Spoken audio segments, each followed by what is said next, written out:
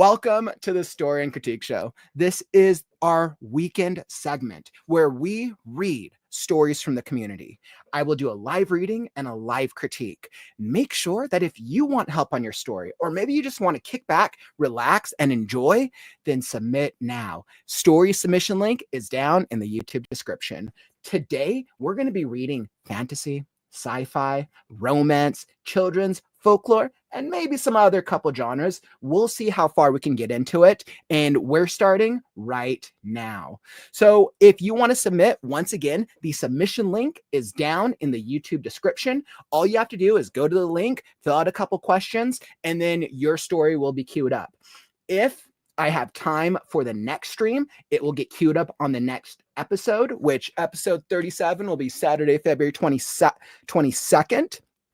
If I don't make it, then it just gets pushed off to a future stream. So I always recommend submit sooner rather than later. That way you can guarantee yourself a better chance of making it onto the stream. I tend to have the capability to read anywhere between 4 to 8 stories, depending on my voice, the stories, the context, the feedback, and all that jazz.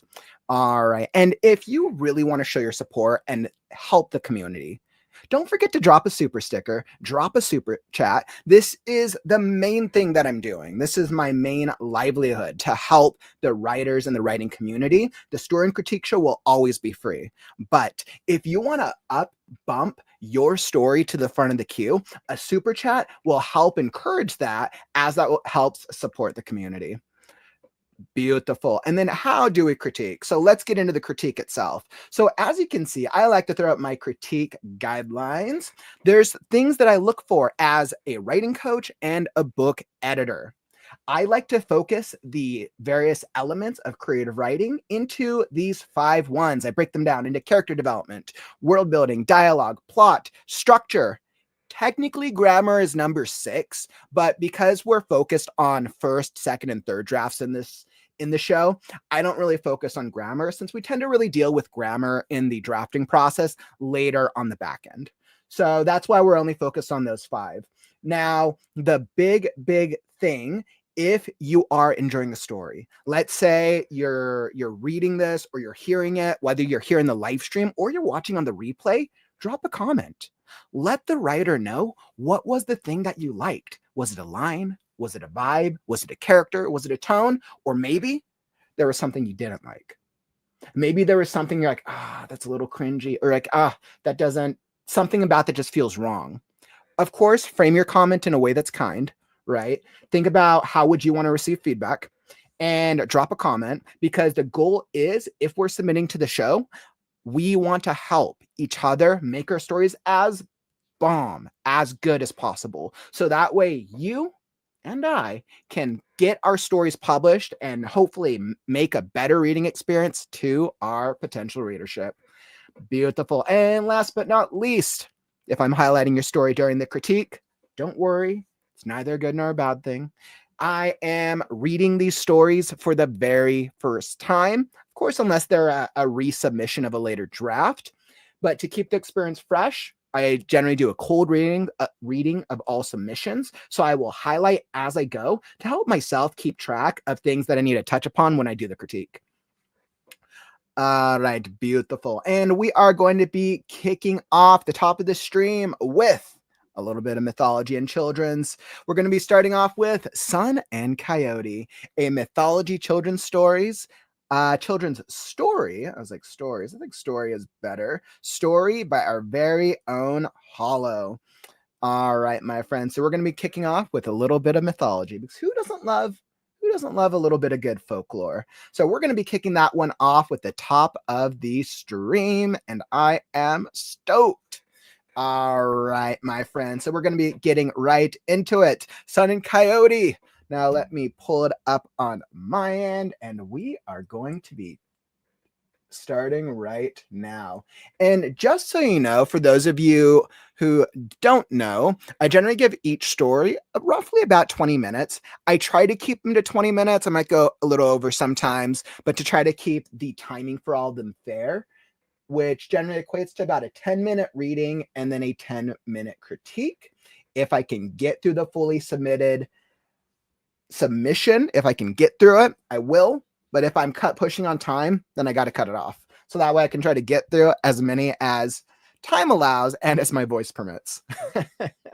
All right. But I don't think we have any grandpa voices today. So we'll see. I think I might be on a good track.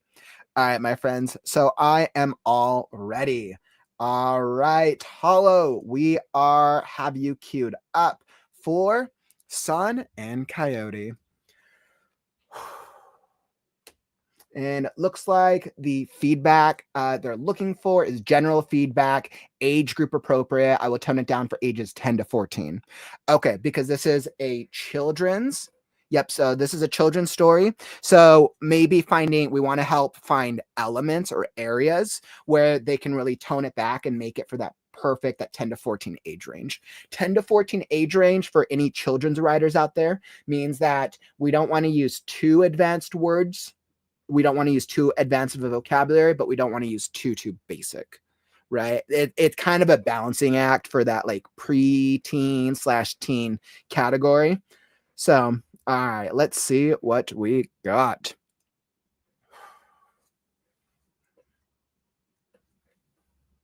Sun and Coyote.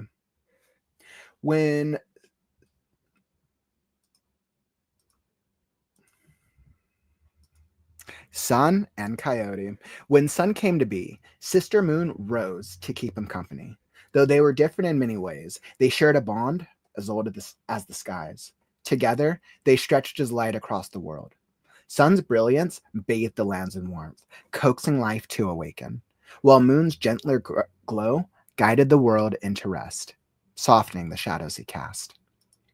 Though their roles were intertwined, Sun and Moon seldom spoke. Sun was steady and constant, his voice deep and measured, while Moon's thoughts drifted like the tide she pulled.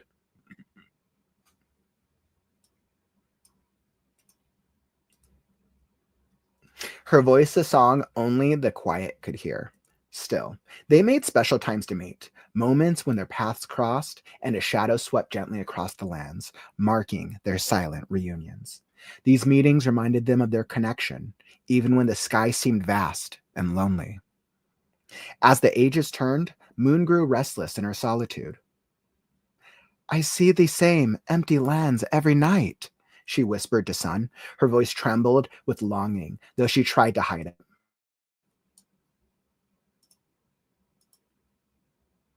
Sun listened, but could not give her what she craved. He could not dim his light for long, nor change the rhythm of their dance.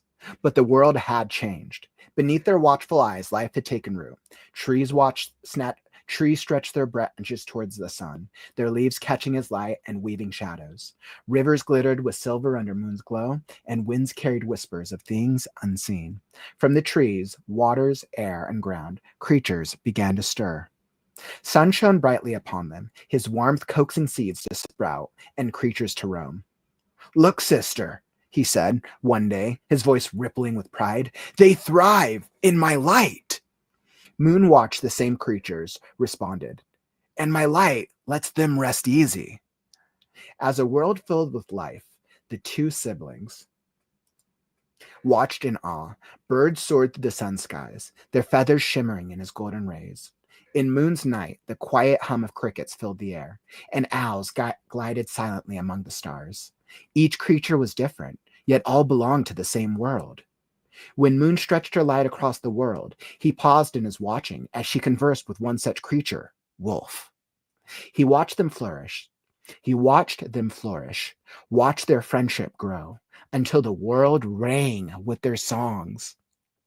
When he spoke to Moon next, she shared with him stories he had not known.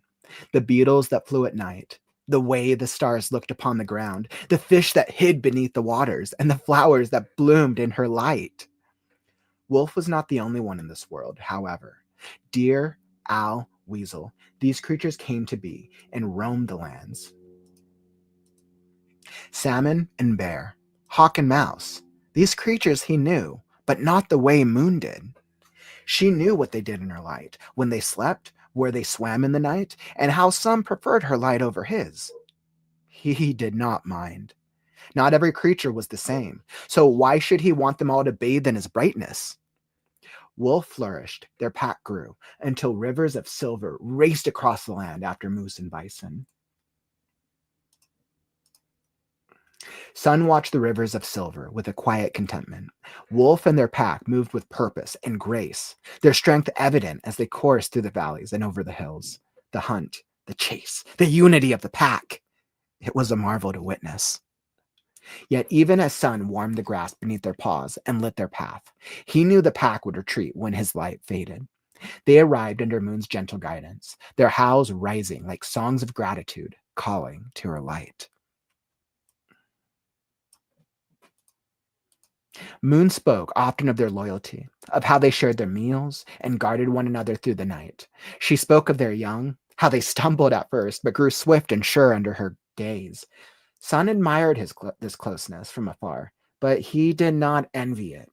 Instead, he admired Moon for the way she drew them to her, the way her light offered them something his could not, calm, a sanctuary after the heat of the day. The more the world grew, the more Sun and Moon marveled at its endless variety. Creatures of all kinds found their place, each thriving in their own time. One such wolf cast a blight across these rivers of fur, however. The color of dust, his fur ragged and body thin. The creature looked nothing like a wolf, yet was born from one. Sun watched as the wolf child ran after his pack, ate last, was never invited to play, and never heard him howl. When the wolf child sat under the stones of the far sands and towering cacti, Sun called out, "Child, why do you not run with your pack?"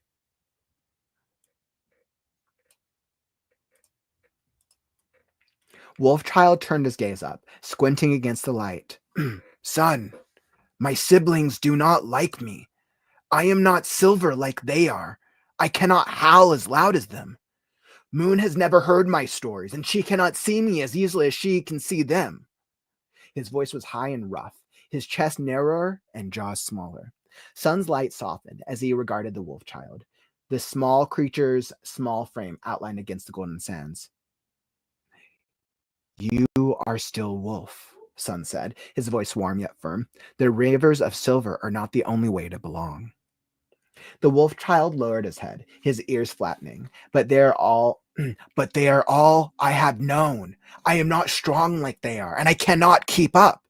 When I chase, they leave me behind. When I call, they do not answer. Even Moon favors their songs over my silence.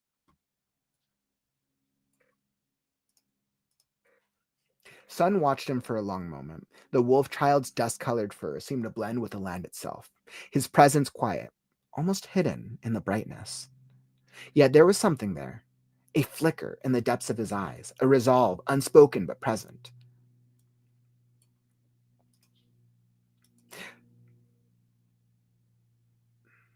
"Moon probably cannot see you because you look like sand and stone. Your voice is not a song, not as loud. But why does this bother you so?" Wolf child growled, "Because they are my siblings. I should look like them. I should sound like them. I should be like them." Sun dimmed his light, causing Wolf child to quiet.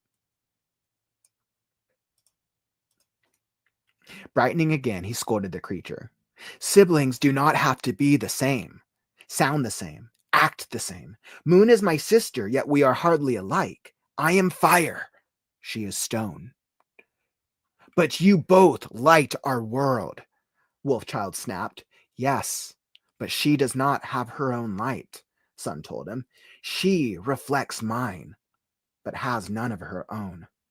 Wolfchild paused and ducked his head. "Then how are you siblings? If she is nothing like you, how do you call her sister?" Sun warmed Wolfchild's fur as he spoke. "Because she is my sister. There is no more to it than that. She takes my light and softens it so others can sleep, as I cannot do that. She turns the air silver and dim to give the night creatures a chance to run and play when my light is too bright." Wolfchild's ears twitched as he mulled over Sun's words. "So you need her? Even though she is not like you?" Sun's light shimmered, casting soft ripples across the sands. I do. Without her, the world would know only my fire, never rest and never cool. Moon does what I cannot, and that makes her just as important as I am. Do you see, wolf child? The creature hesitated, glancing at his dust-colored paws. But my pack doesn't need me. They hunt without me, run without me, and they don't care if I am there or not. Sun brightened slightly, his rays glistening off the distant cacti. How do you know they don't care? Wolfchild's growl was soft, his tail flicking. Because they never wait. They never listen when I try to howl. They do not see me. He sighed and dropped his head. My siblings make fun of me. They called me Coyote. Coyote? Sun was unfamiliar with this word. Wolfchild nodded. Yes, it means day child. Sun laughed, his light wavering. So, you are a child of the day, while they are children of the night? But why do they call you this? I can see you match the rocks and sand. I can hear your voice is different. But is that why they treat you different? Wolfchild sighed and looked at Sun. Yes, they say I was burnt by your light, that I do not belong in the night with them. They are faster than me, can hunt better, and even deer laughs when I cannot catch him. Sun thought for a moment and shed his light over Wolfchild. Why do you not leave your own pack? Why do you not go out on your own?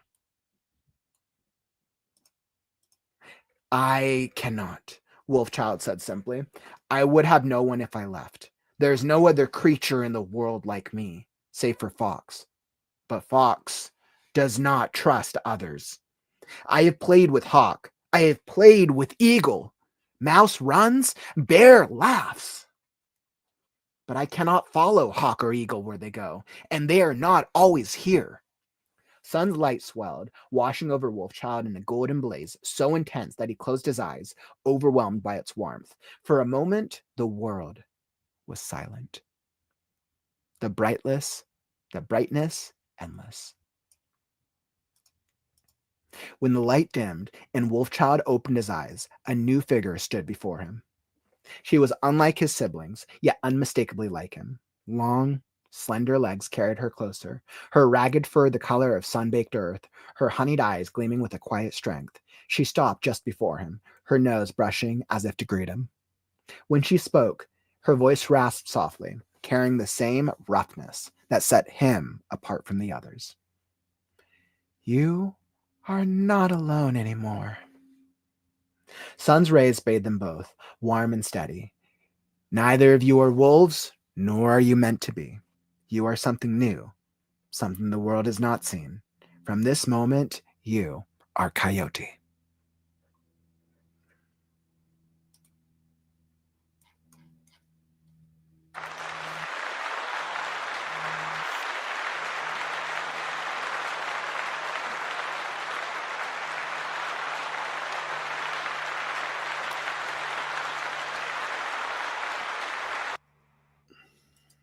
Wow.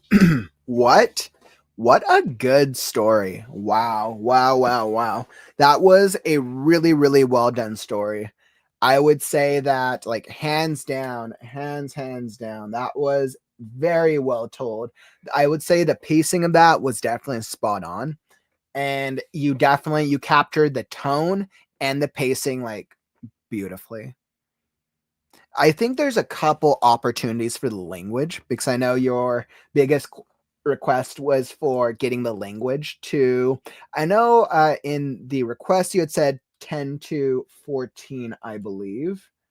What was that? Yeah, it said 10 to 14, but I think in the chat you said 10 to 12 actually. So even slightly younger. So it's definitely preteen then. It's definitively a preteen. Yeah, so I would say overall I was pretty happy with the world building of it. Is very spot on. Love the world building. The structure was awesome. Plot. I would say the plot, the structure and the world building were on point. Some of the opportunities for it was probably the dialogue. I questioned the Moon's character a little bit, but we'll get into that.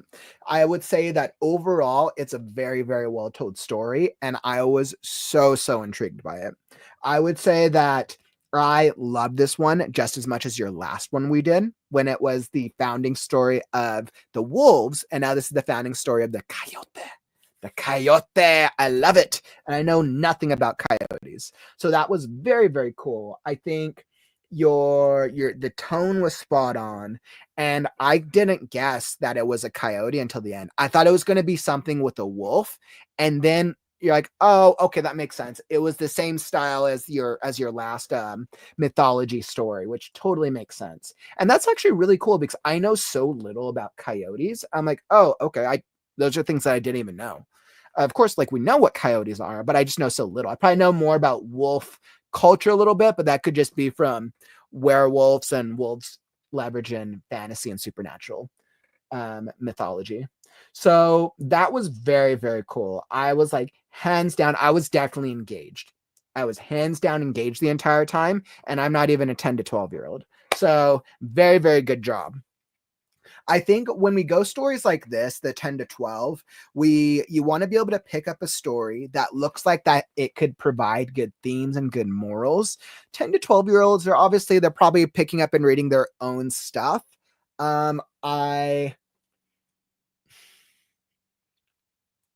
Because they're not necessarily going to have to get parent approval at that point. I mean, depends on the parent. They're a little older for that by this point. But I think when you can find stories that have good morals and good mythology, yeah, it's easier to get the parents on board, especially if the parents are the ones paying for the books, right? Because you have to think about this. 10 to 12-year-old, obviously they're too young to be making money, which means they're living off their parents, which means the parents are the ones buying the book. Right. So technically the book is marketed to the parents unless it's like school reading and it's something that's read in school. I could totally see this line of books as like a required reading in school, because it teaches children the foundation of animals, and I think that's actually very, very important.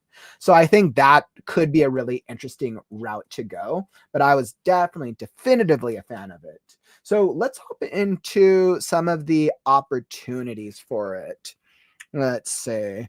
So when I think about what some of the opportunities are and I go down, so I said right now, character development and dialogue. I think the dialogue can just be cleaned up, but this is still, like you said, an earlier draft. So I think the dialogue for me is probably more just condensing some of it to just cut down on wordiness. I think the character development from Moon, in the beginning, I don't know why I was mixing up the genders with Sun and Moon. I might have just been mixing up the genders because I was familiar with Sun in the last one. Last time in your last story, Moon was female, and now this time Moon was male. And I was like, okay, I think that threw me off, but then I was going into it with preconceived gender notions. So I think that was just a me thing. But then outside of that, I wanted to get a clear understanding of their roles. I think you spent a little longer on the Moon and the Sun setup before getting to the Coyote. I think because this story is about the Coyote needs to be introduced into the story a little sooner. And you did this very well with your last story, because the wolf, I think you introduced in the second paragraph. This time when I look into this, let's see, because you're really setting up Sun and Moon. And Coyote isn't introduced as the world birds through. When is...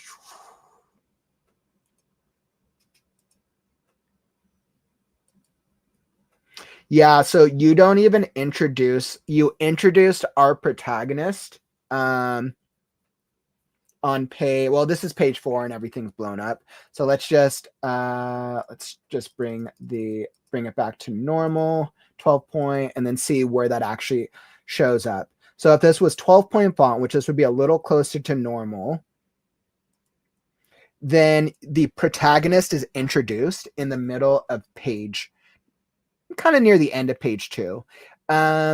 But I mean, everything leading up before it is interesting. Like, it's not like none of it's like boring at all. It's all interesting and well written.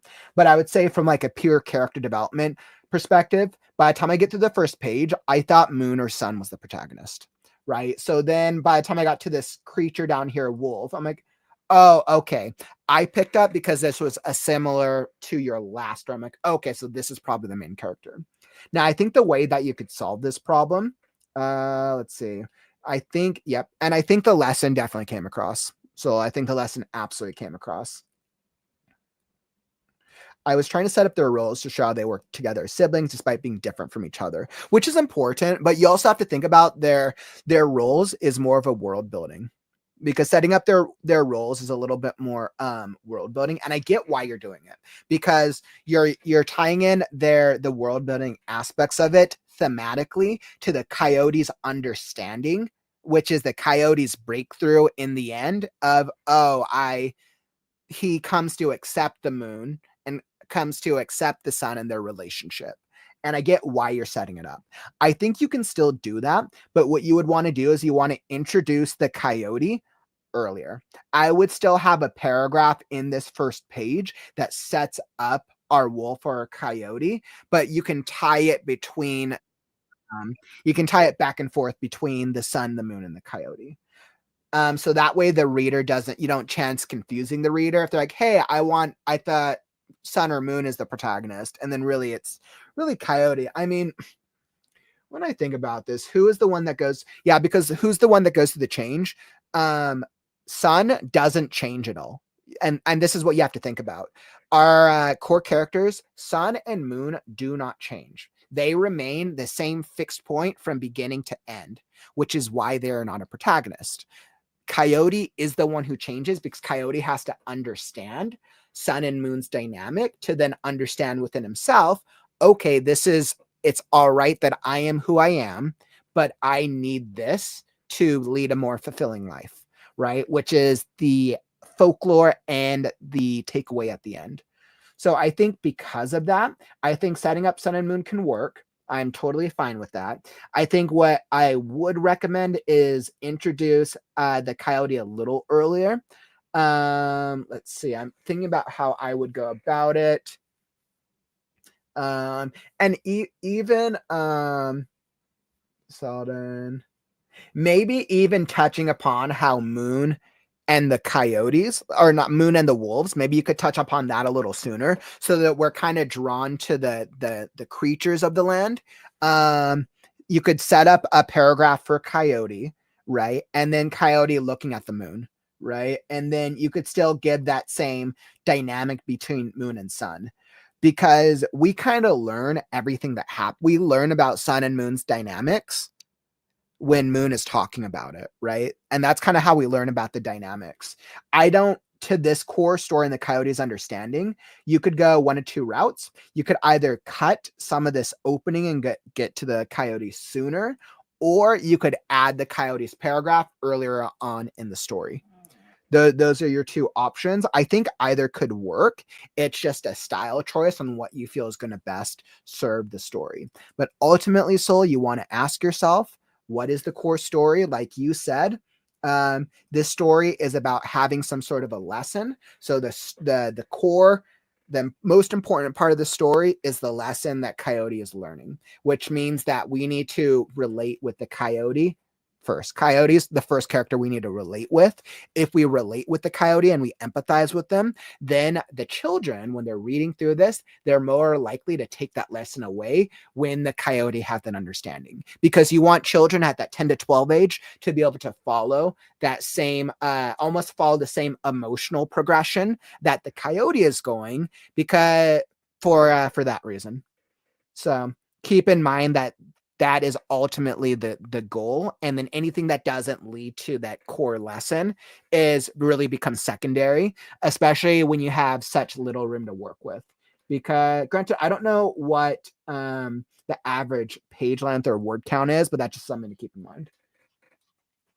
And I think that would solve the character development problem. I think because I thought I kind of attached myself to Sun being kind of the protagonist, I think making it clearer for Coyote would help And then when I think about sun, look, sister, the thread of my light.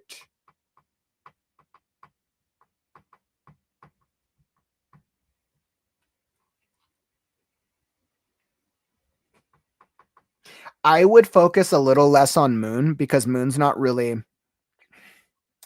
moon. Obviously, moon is important for sun's understanding, but sun is more of like the mentor. Sun is the Obi-Wan Kenobi of the story. We want a little bit more focus on sun and less on like both of them, unless you're going to include moon. And then like this could be something cool, unless you want to include moon as part of the narrative.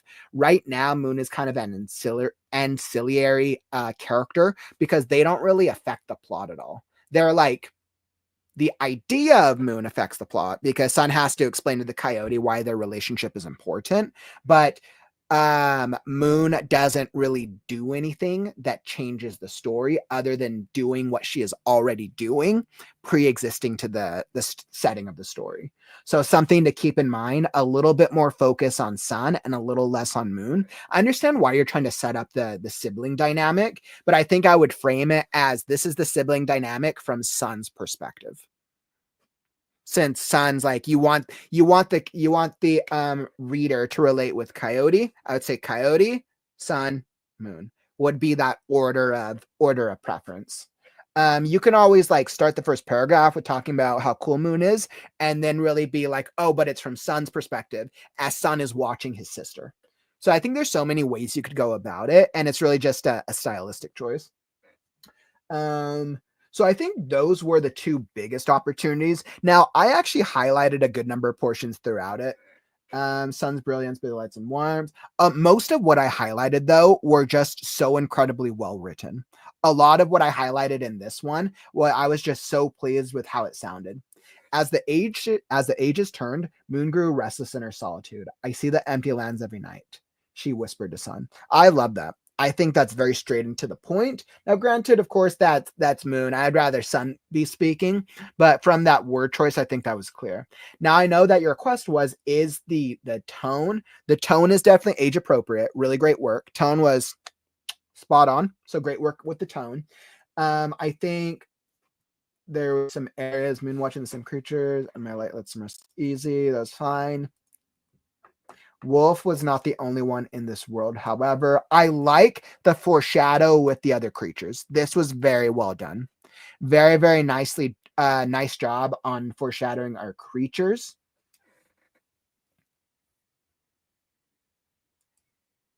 I thought that was done. Let's see. They thrived under Moon's gentle guidance, their howls rising like songs of gratitude calling to her light. That's very I like that. I really like that.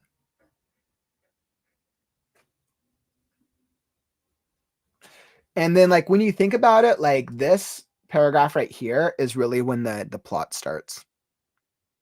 I mean, technically the way it's framed, so technically right now the story is framed as Act 1 is technically Sun and Moon setting up the world, and then technically Act 2 right now is when Sun starts talking to the wolf. Because we don't even have Sun talk to the wolf until we're on page 3 of 6, so until we're at least halfway through the story. This is what really when the narrative starts. So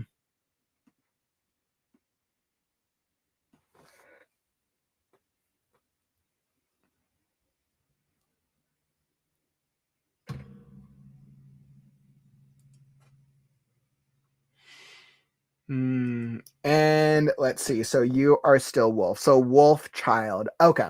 So I think I was trying to understand. I was trying to picture what wolf child was. Now I get it because it's coyote. Like understanding like the back end of the story. Like now that makes more sense.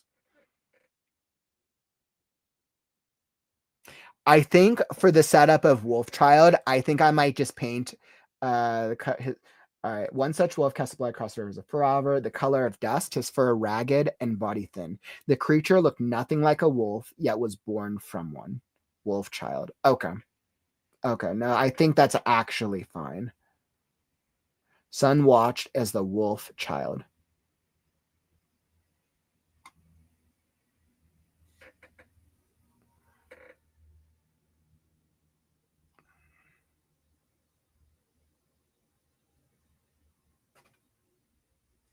Yeah, no, that's actually I'm fine. That's fine. That works. A flicker in the depths of his eyes, a resolve unspoken but present. So good. So good. Ah, gives me chills. Let's see. Wolfchild growled. And I think Wolfchild's ears, the creature hesitated. Okay, so I think from a plot perspective, the only thing I would just is have them mentioning Coyote. I would save the Coyote reveal as the twist at the end. I would say I would just replace this for like they call me names or they call me like not wolf or just like nicknames or like taunting things. I think if you save the Coyote reveal, it will make it more impactful at the very end. And you have it be Sun is the one that grants him the name of Coyote. So I think that would make that more impactful. I like Daychild. I think Daychild is really interesting. But I think if you can get to Daychild without revealing the specific term Coyote, I think that'll be really cool. Let's see, why do you not leave your pack? And then I think the rest of this, was great. I totally, when he made the other creature, I actually thought the other creature was going to be like a different creature for some reason. But then I'm like, okay, she's a coyote as well. I would just clarify when he creates her that she is also a wolf child. Um, although, so a cool idea. This just came to me, a cool idea. What if the term coyote comes from the female that he creates? This is just an idea. He calls them wolf children, but Sun creates her, and she's like, wolf child is not the right name for us. We are coyotes, and that would actually be kind of cool because Coyote goes through the journey, has to accept who he is, makes the request to Sun. Sun creates it through a result of Coyote's actions. And then as a result of Wolf's internal dilemma, that leads to her creation. And then she's the one who asks who calls them coyotes. That would actually be kind of cool. But just an idea, throwing it out there. It could totally come from Sun as well. Or from him. I mean, you could do that either way. So, and then if you wanted Moon to have more of a presence, you could incorporate the Moon a little bit, right in during the creation. I mean, technically they're a different part. All right, so they can't be in the same sky technically.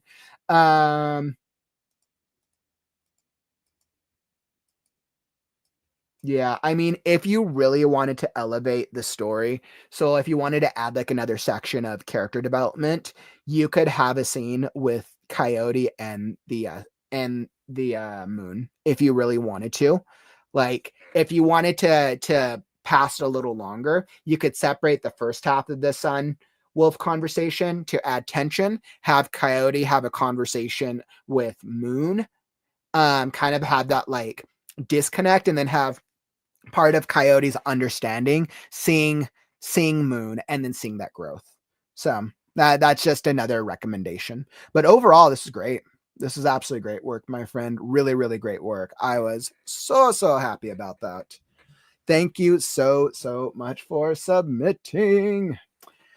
All right, and we are moving on. So, but before we move on, let me just hop into the comments. Let's see, who will we be queuing up next? By the way, we're going to queue up next. Welcome to Spellpaige Academia Middle School, Sci-Fi Slice of Life by Zencast. So I'm queuing up your story next, my friend. We'll queue that up in just a few minutes. But let me just check in the chat before. I know we had some really, really great call outs here.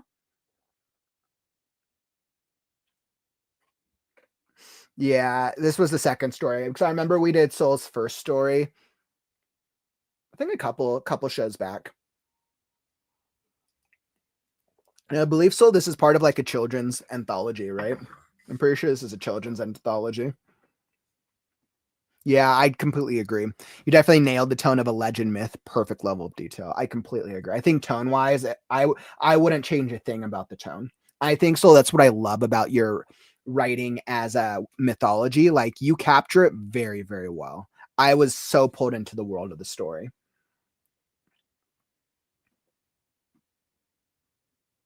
Yeah, any creation stories I write will follow that formula, reveal what they are at the end, which I think's perfect. Which is why I was surprised that you revealed Coyote. Which is why I was surprised you didn't save the Coyote reveal for the end. And it sounds like Mast, you're kind of agreeing with the elevating the Coyote as the protagonist and kind of giving some more detail.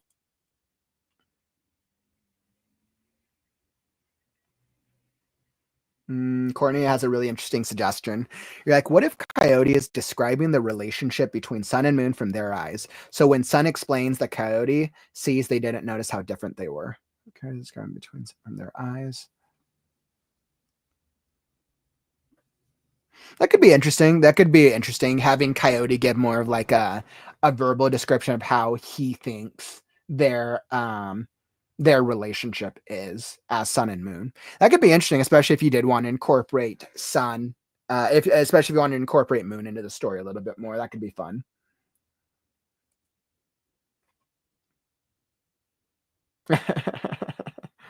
Susan, that's fun. I got a cup today. Yoda, best boss ever. Heck yeah. Heck yeah, my friend.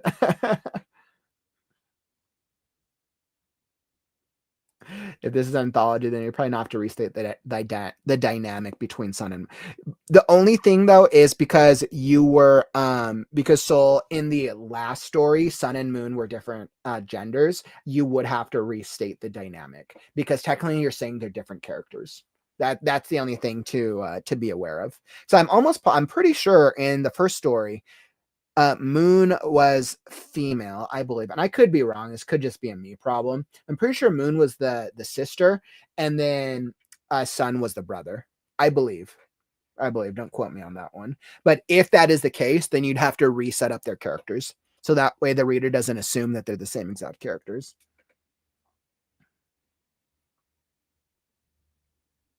I know, right? This would be like such.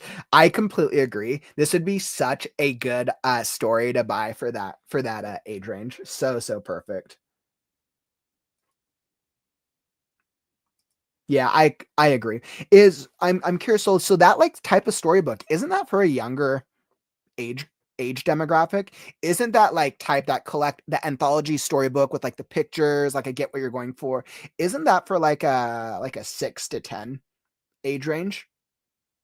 But I'm not sure. I'm not super familiar with the children's market, so this would be a much better question for those more familiar with the children's market than I.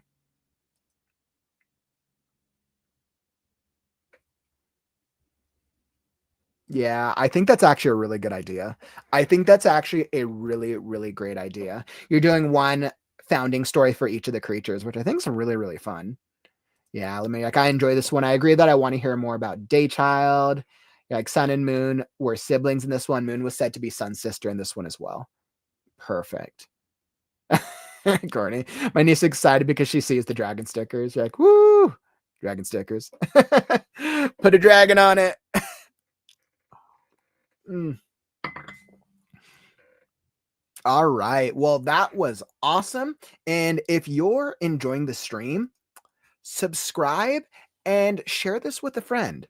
We're here every day with the Right Now community, over 400 consecutive writing streams and counting. So if you're looking for daily writing motivation, if you're looking for our critique shows like this, our podcast where I bring on writing professionals and authors and learn about the world of writing, or if you're wanting major holiday writing events, we got our book club coming up. We have our Faded Fantasy Fiction Contest in the spring and much, much more.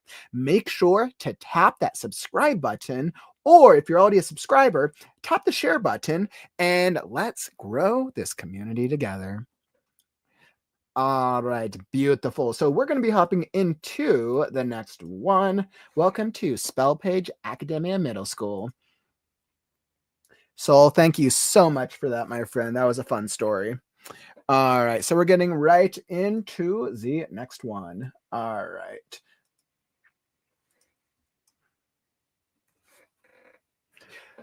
Perfect. So I think I have it set up on my end here. All right. So we're going to be doing a welcome to Spellpaige Academia Middle School. Chapter 1. So, with where we're at on this story, so it looks like this is a science fiction story slash slice of life. Sci-fi slash slice of life. Might be young adult, but I'm not quite sure. Zencast, you can clarify for us if it's meant to be for a YA or if it's meant for a mature audience. But I'm guessing since it's middle school, it's probably YA, but that's just an assumption on my part. All right, and let's see what we got.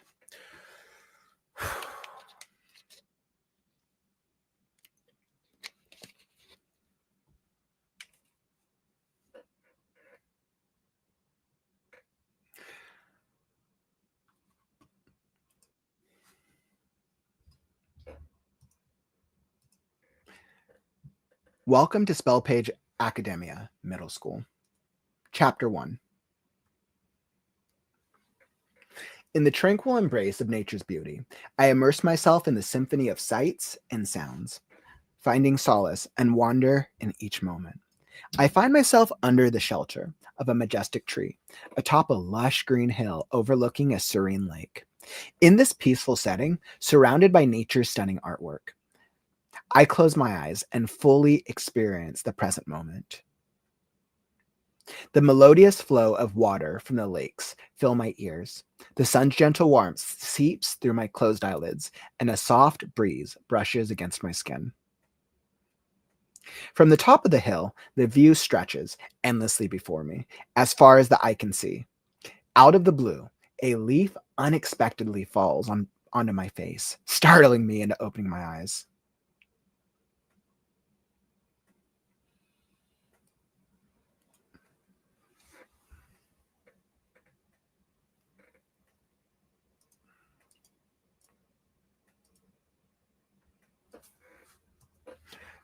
I was wondering when you would get here. May I ask why you're here, Tomoka? A refined voice called my name. I looked up the tree to see who the voice belonged to. It was a girl with unique features. She had 4 arms, compound eyes, pale eggshell skin, antenna protruding from her forehead, and a glass hair lob matching the color of her skin.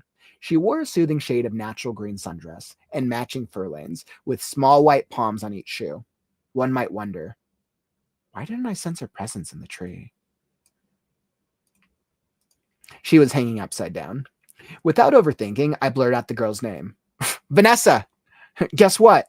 I'm excited to share that I'm finally going to Spellpaige Academy. My excitement was palpable, and as I jumped up and twirled around.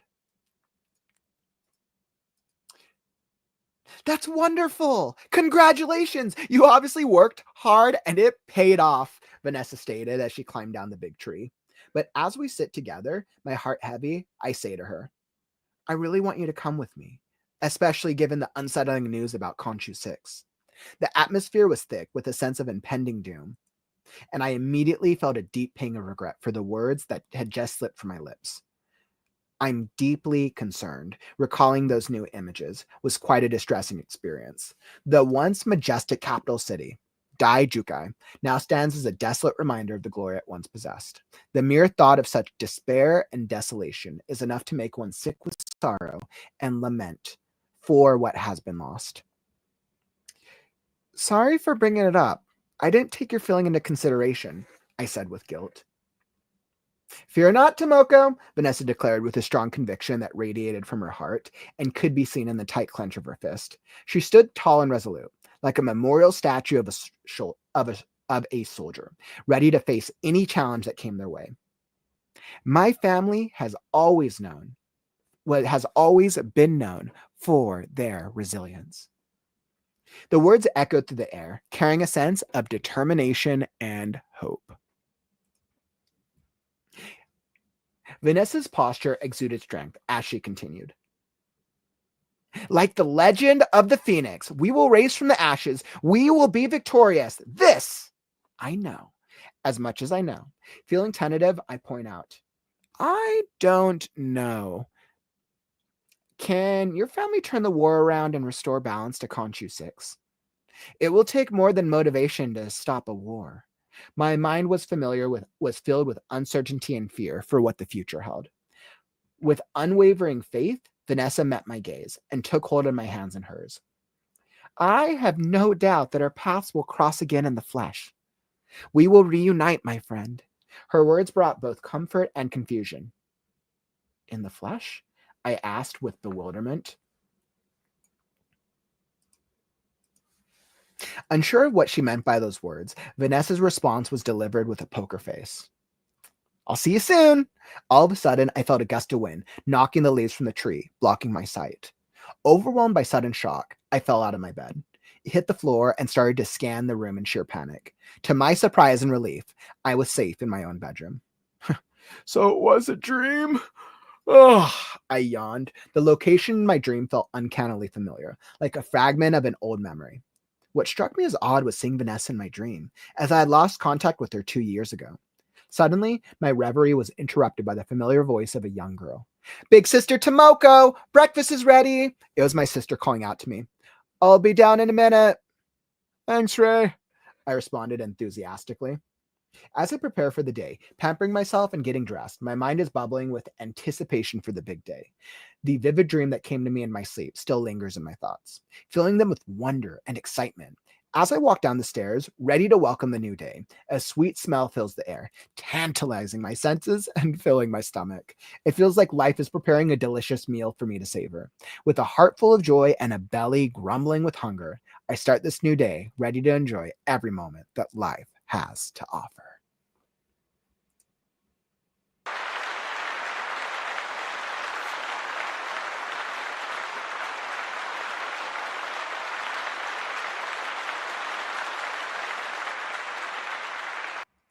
Awesome. Zen, really, really great work, first off. I was reading through it and I was like, wait, this definitely does sound familiar. I know we did an earlier draft of this. I want to say a couple of shows ago, maybe on episode 33 or 34, I believe. So we've definitely, I know we did an earlier draft of this. And I would say if memory serves correctly, previously the biggest problems with it was the dream sequence was a little funky and the exposition was heavy. I remember the dream and the exposition was a little heavier than I'd anticipated, and now going through this, the exposition doesn't feel bad at all. The dream sequence actually feels pretty smooth. I like what you did with the character. I feel like when I think about what worked for it, I would say I really liked I felt like the character development was a little better this time. I felt like it was stronger. I got pulled into the world of the dream, and I did like Vanessa's character. I feel like she didn't distract me from the protagonist, but she was still interesting. And you gave the description. The description was good of her. I like that.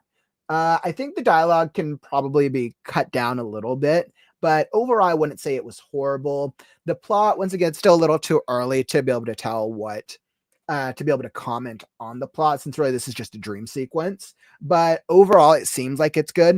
And I think the structure for the story is great as well, with where it is so far.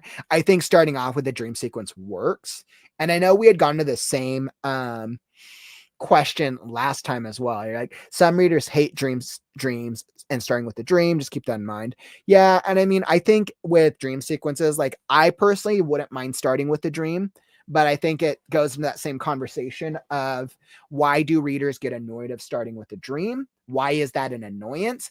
It's because it's been done so many times. One, things only become cliche when they've been done too much. And then two, because a reader doesn't like reading and going along with the character, because that's their first perception of the character. And then being told, oh, okay, well, none of that matters. JK, it's all fake. Because then the reader feels like their time was wasted because what they learned doesn't matter, since dreams technically, arguably, don't have as much relevance based on the story. Which is why, Courtney, I'm sure there's that thing with readers not really being fans of starting off with dreams. That would be my biggest guess. So let's see. And then Morgana, I saw you popped in. You had a question. I'll throw it back up when I get in after we finish this up, but it's good question. Thanks for throwing that in there. All right. And then let's see. So what do we got? So I would say going back into it, I did like the character development. I think I want a little bit more out of our protagonist. I'm trying to get a sense of who our protagonist is. And if I close my eyes and would take a guess, would take a guess, our protagonist seems like maybe they're a pushover, maybe they're lazy, maybe they've dealt with some type of craziness in their past, but I don't have anything clearly. What I really want from my main character is I want a quirk. I want some type of quirk that's going to make me really think about this character. Like in the beginning, like, is this character like they love apples, so they see an apple and they like bite into it, but that's like the only thing they'll eat. Or maybe they have like a noticeable like a mark. Like obviously physical traits are always an easier one. There's many ways you could go about it. I was still more intrigued by Vanessa because she's this kind of like weird bug looking chick. Yeah, I actually thought that as well, and I was intrigued by it. So from the plot, I was actually pulled into the story because of that. I would say this time I was pulled into the story. So Zen, great work on the improvements. I was definitely still engaged. I just didn't have an emotional connection with the protagonist. And that's a problem because you want your reader to connect with the protagonist as soon as possible. Once your reader feels a thing with the protagonist, even if it's small, they're more likely to keep reading because you've created an emotional connection with them. And that's what our first goal is. So let's get into it. Let me pull up, let me pull this up. No, maybe. There we go. All right. So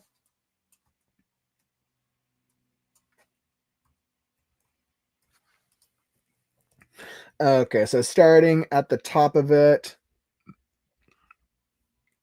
And then that totally makes sense. Like, this is the second draft, it's YA.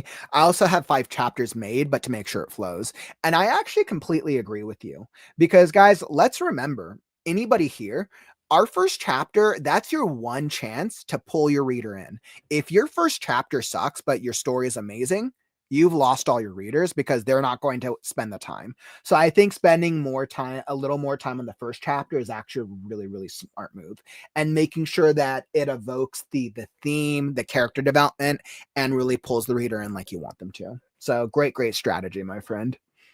All right, so let me see. So chapter 1, let's see, finding solace and wonder. I found myself under the shelter.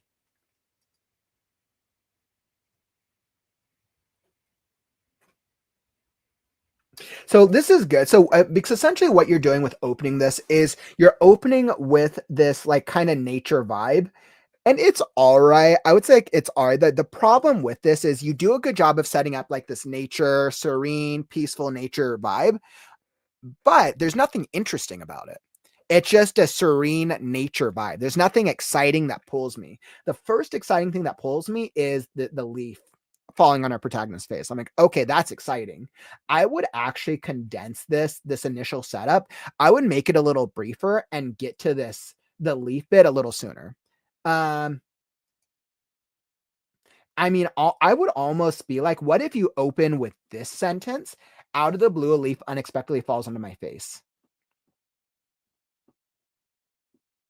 Yeah, I would open with this sentence and then have the character open their eyes and then have the character looking around at this serene dreamscape. Like that could actually that might hook the reader in a little bit more.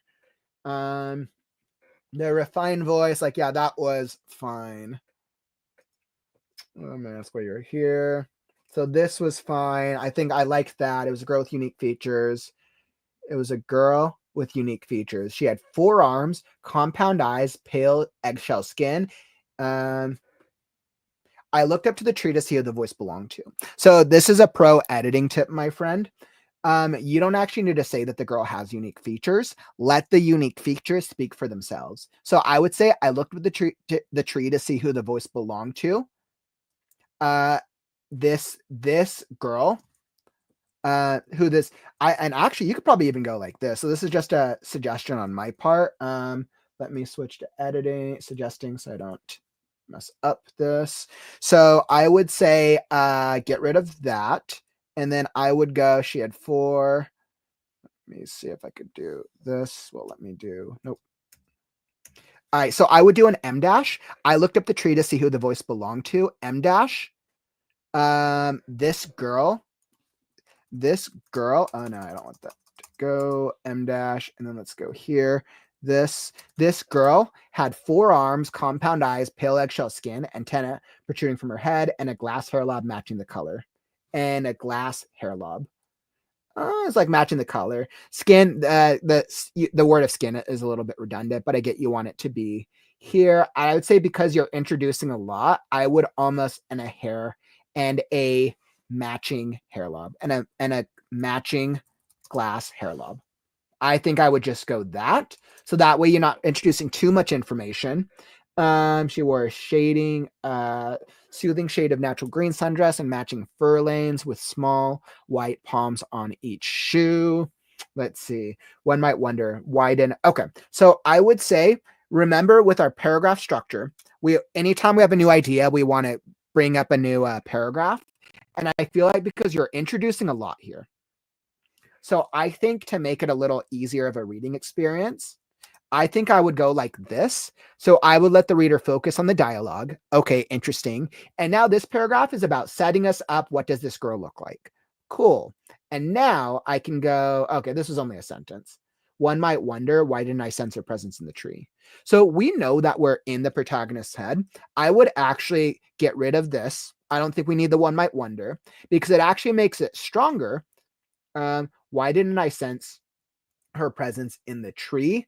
And we don't actually need we don't need quotation marks. So because she is, because this is interiority, quotation marks are only for dialogue 90% of the time, unless you're doing it like an air quotes type of deal. Generally, those are the 2 major dialogue rules. Since this is interiority, you could actually just have this stand by itself. You could go about this a couple different ways. You're like, I would have this be its own paragraph. And then why didn't I sense her presence in the tree? This strange antenna girl was hanging upside down. Right. And then just do something like that. And I think that can make it that might make it flow a little bit better. Without overthinking, I blurted out the girls. You don't actually need without overthinking. That's a little extra right there. That's me going into editor mode. Because we already know, we can tell that the character's not thinking. It's actually stronger when you say, I blurted out the girl's name. Vanessa, guess what? I'm excited to share that I'm finally going to Spellpaige Academy. Great. This is setting up this stuff, which is great. And then also keep in mind with dialogue, anytime a new character speaks, you always got to do a new paragraph. Anytime a new character speaks, you can have the same character's dialogue in multiple paragraphs. That's good. But if a new character speaks, always a new paragraph. That is a standard dialogue rule across the board. If you have 2 characters speak in the same paragraph, you have chance confusing your reader. So FYI.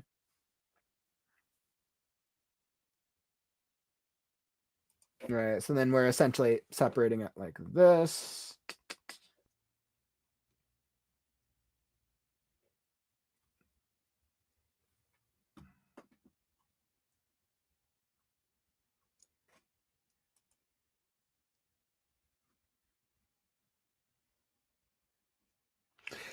So I'm deeply concerned. Recalling these new images was quite a distressing experience.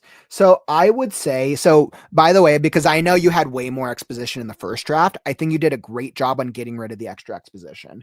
I think I would still get the mere thought of such despair. I think I would still get rid of this interiority because we're in a dream.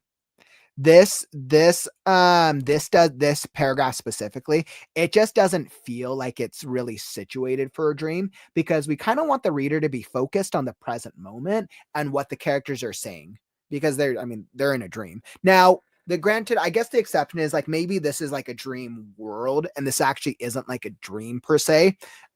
Similar to what somebody suggested earlier. Let's see. Yeah, I forgot who said it, but I know somebody suggested like maybe this is like a dream. Maybe Vanessa, it's this like a dream power, and Vanessa has some type of dream magic. So that could be the exception. But I would say you can get away with having some exposition. I would say the reason this doesn't work isn't because it's exposition. It doesn't work because it just pulls me out of the dream. And we want the reader to be focused on this weird thing that's happening between Tomoko and this weird antenna girl with four-armed antenna girl. I want the reader to be focusing that. When you go into this backstory, this pulls the reader into thinking about, oh, this is world building, and then they stop focusing on what's happening between the two. So I would actually move this portion after the character wakes up. When you do a little world setup, maybe at the end, maybe when she's talking to the sister or the family or whatever, or and like later in the chapter. That'd be my recommendation. But this is good. And I love this. Once again, this is why I get Vanessa's this is why I like Vanessa's character more, because she just has some really clever lines. I'm like, yeah, I like that. Like the Legend of the Phoenix, we will raise from the ashes. I love that.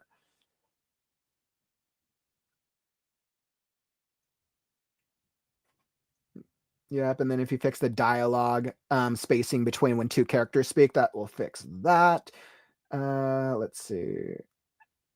I liked how Vanessa departed. I actually really like. I don't remember if this was like this before, but this was really clever. Vanessa's response was delivered with the poker face. I'll see you soon. All of a sudden, I felt a gust of wind knocking the leaves from the trees. I thought that was actually cool. I got that clear imagery of like Vanessa, weird four-arm bug-eye chick. She's like, see you soon. Like that's like so anime. That's like so anime-esque. I actually kind of liked that. Overwhelmed by sudden shock. And then this was good. So this was a nice transition.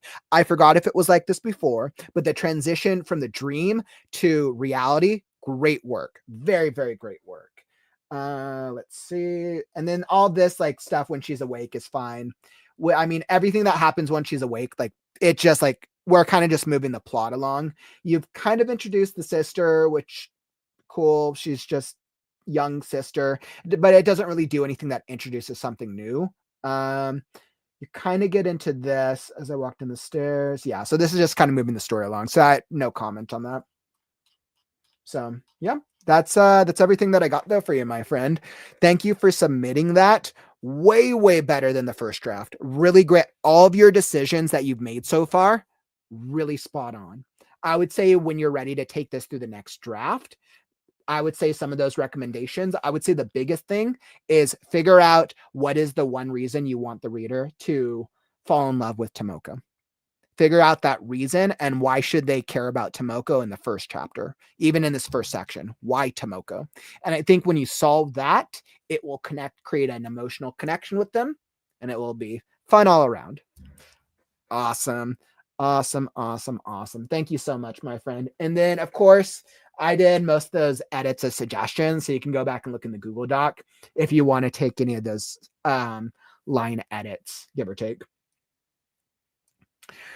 All right. Beautiful. Wonderful. Wonderful. And let's see. So let me just check in on the chat. And before I do, we're going to our next one will be queuing up. Looks like it is Guardian's Legacy, which is an epic fantasy by Bethany D. Harris. Bethany, we are queuing up Guardian's Legacy. We're going to be doing that one next in just a few minutes. But first, let's just check in on the chat. So I can tell Zen that the chat really was enjoying that story as well. And I know, like, yeah, Master. So I was like, I could tell the familiarity with it as well. I forgot when I had read the title, I forgot that we had done the story previously. But once I started reading the first like couple paragraphs, I'm like, oh, that's right, I remember this. I remember this draft.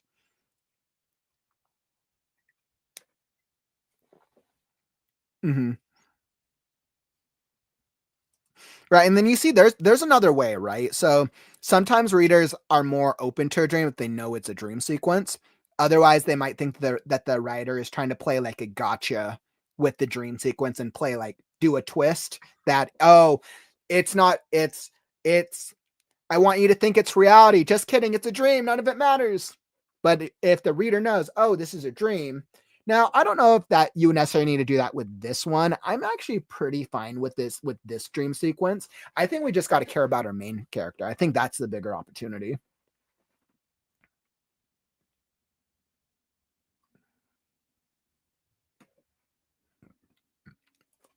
That was also a really interesting thing. I had no idea what the problem will be, what issue the main character will have to face, right? And I think that's interesting, right? So I think then we could play into the quirk of like, Zen, what is our main character's like? What is her journey? What is like the one thing that she's going on this journey to overcome? And I think thematically you can touch upon that with a quirk. If your main character's journey is, oh, I need to learn to, I mean, this is young adult. So I need to learn to become more confident in myself. I'm going to learn to become more confident by going to this magic school, learning magic, and ultimately defeating this evil empire that's taking over. You could hint at that by having her do something that shows a lack of confidence. Going up to Vanessa and hugging her and be like, "Oh, I missed you so much. Oh, I'm nervous. Sorry." And she says something stupid, right? So there's many ways you can go about it if like confidence was the thing. But yeah, I would say the reader should at least the reader doesn't have to know what problems the characters are dealing with by the end of the first chapter, but they do need to have an idea of what the character's journey might be like. And that's kind of setting with the tone promise at the beginning of the story. Hey, what's up, Amber? I saw you hop in the chat. Welcome to the stream, my friend.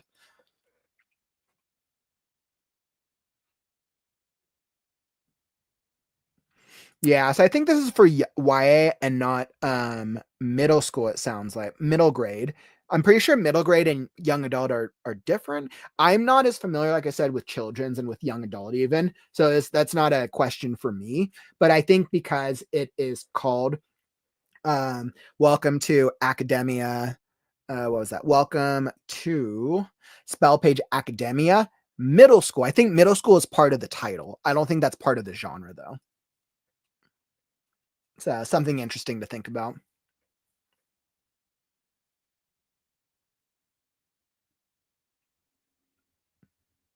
Hmm.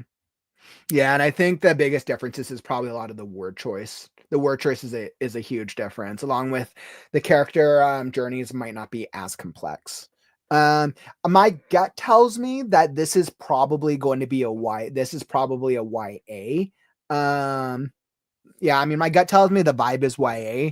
But I mean, it takes place out of middle school, so technically, then you're going to go adult children or children that feel more mature. So I mean, I don't know. I mean, you could do young children. You could do young children in a young adult or young children in a mature adult book. There's just different ways to go about it.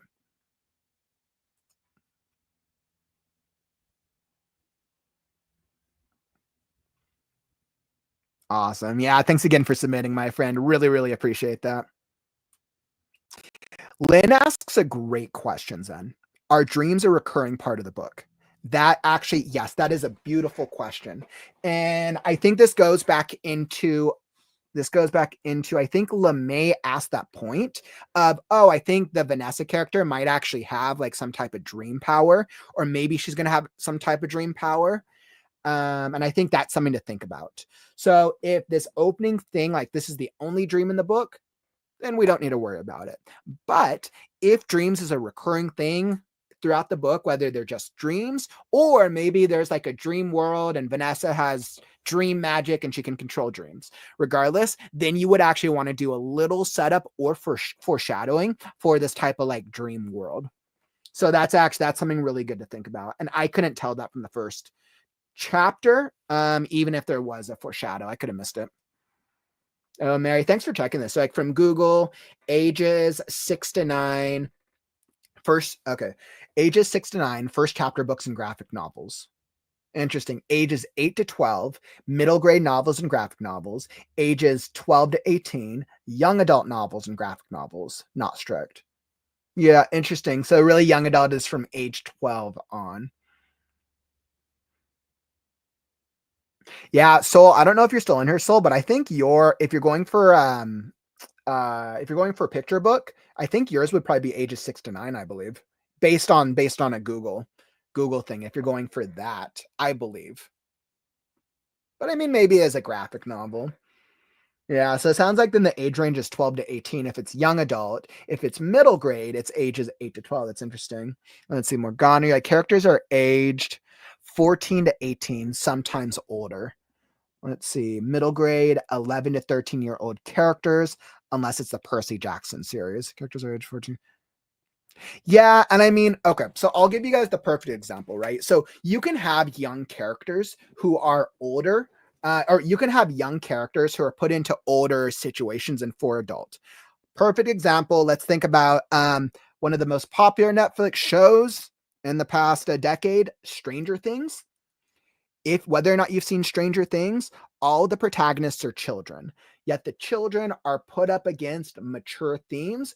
Would you say that Stranger Things is a young adult television show? Maybe. Would you say that Stranger Things is a mature supernatural show?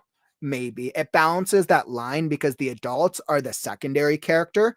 Everything that happens in the world is adult themes and adult concepts. Yet the main A story for the main characters is coming of age. Something to think about. One of my favorite books when I was younger growing up that follows young children, A Series of Unfortunate Events. I loved A Series of Unfortunate Events, and definitely it's still a good read. I think it still ages well, but it's because it puts three young children in extremely difficult situations that they are forced to grow. Technically, it's coming of age, but the situations are so extreme, and the tone of the series follows this very like, yeah, this really sucks for them, but it keeps like an air of brevity about it that it does very well throughout the series. So definitely some things that to come through mind.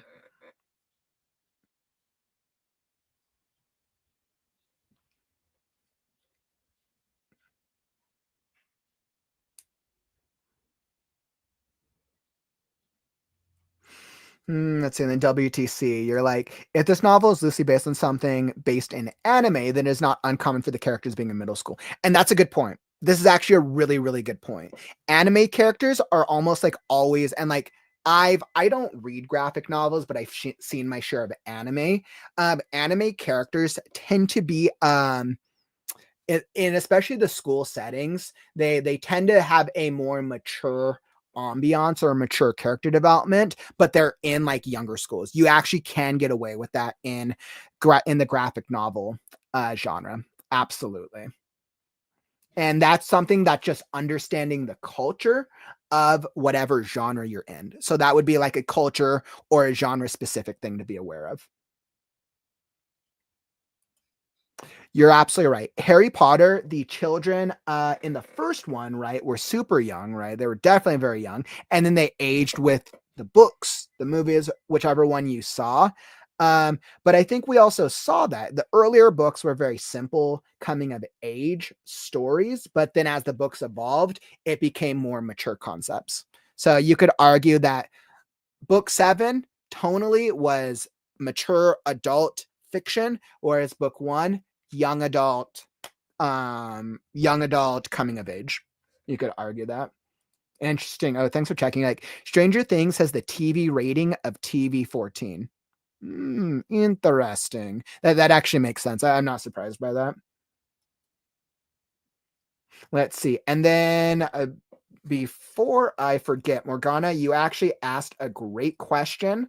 Let's see. So I have a question. What advice would you give to someone who just started rewriting and has discovered that they're a sci-fi writer instead of their originally assumed fantasy? What would you guys has just started rewriting? So first off, Morgana, the fact that you just started rewriting, incredible. I love it. Love it, love it, love it. Welcome back to the writing vibe and the writing community.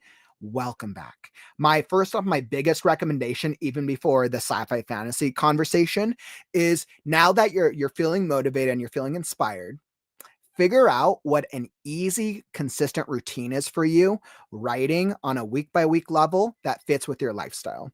Even if it's writing like once a week, figure out what works and then try to stick to that. So that way you don't get burnt out again and then stop writing the next time life gets tough. That way, because I'm all about trying to figure out consistency. And that way, the next time, like if you ever don't feel like writing, attach yourself to the reason you love writing. If you feel something, you will do it. That's the goal. So that's my first thing whenever anybody says they're getting back into writing, because I've fallen out of writing myself, and I get that. So in the question specifically, let's see, you just started and you've discovered that you're a sci-fi writer instead of a fantasy writer. And that's totally cool. Now, obviously, fantasy and sci-fi have a lot of crossovers. They do have a lot of crossover themes and concepts. I think if you're going to go sci-fi, I think you want to understand a couple things. I think you want to understand what are more sci-fi conventions that what is a sci-fi convention that sci-fi readers wouldn't want to see, like they wouldn't want to see certain fantasy conventions in their sci-fi books, right? And I think that's definitely something to think about. If you are writing a sci-fi book, does your reader want to see a book that includes magic, dragons, and medieval type world with swords? Probably not. Now, if those were metal dragons, and everything was kind of based on science, which that tends to be one of the contrasting themes between fantasy and sci-fi. Fantasy, magic is unexplained. I mean, it has a system, right? It does have a system, but it's generally not explained through technology. Whereas science fiction, magic is technology is essentially magic with explanation. That's generally one of the biggest contrasting themes. Now, of course, you can write in subgenres, you can do crossovers, you can do fantasy, you could do a sci-fi with a subgenre of fantasy. Sci-fi fantasy is becoming a little bit more popular. We're starting to see more crossovers in the genre. So first thing is understand what are the sci-fi conventions, or what are the sci-fi genre conventions, step one. Step two, what are popular sci-fi genre conventions this year? And you can do this either by reading some of like some best-selling sci-fi books, or go Google it, or go ask ChatGPT. I bet you if you went and asked ChatGPT or you Googled it, what are the 10 most popular sci-fi genre conventions of 2024? You'll probably get a list. So I would just say do a little bit of research, so that way, as you're plotting out your story or you're planning, whether you are a pantser and you're just going into writing it, or whether you want to plot out your story, so that way you can make sure that you're writing a story, or you're kind of sticking to themes that are of the sci-fi vibe and not fantasy. That is an excellent question, Morgana. Thank you for asking that. Excellent question. Let's see. And what do we have here? Oh, okay. Like by rewriting, I meant rewriting the original draft, because I found myself rushing through because I kept getting tempted to add the science elements in that first draft. Okay. That makes sense. So you kind of felt like that first draft didn't have enough science fiction elements.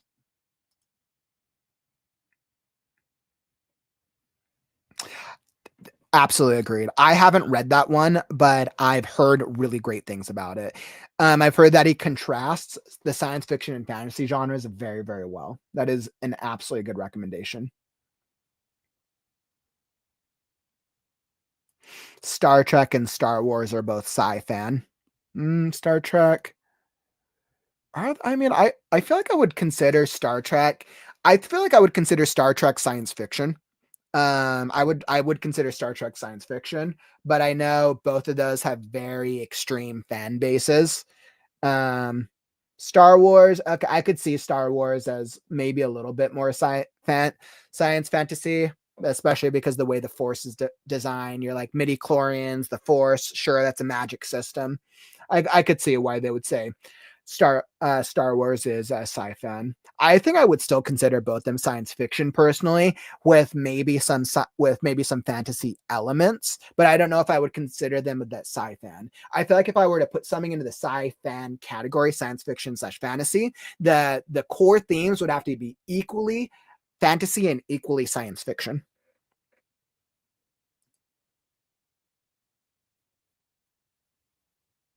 Yep, that's a good question, Penumbra. You're like, let's see. How derailed is the science in your world versus are things unexplainable? You're like, I have the plot of technological advancements eradicating countries that still use magic. Interesting. I have the plot of eradicating countries that still use magic. I mean, that's actually kind of cool. I kind of like that. Maybe your story, maybe Morgana, what you do is you make the story like sci-fi. Maybe you go into that subgenre. Maybe the story is meant to be half science fiction, half a fantasy. Maybe you play into that. That could be the vibe.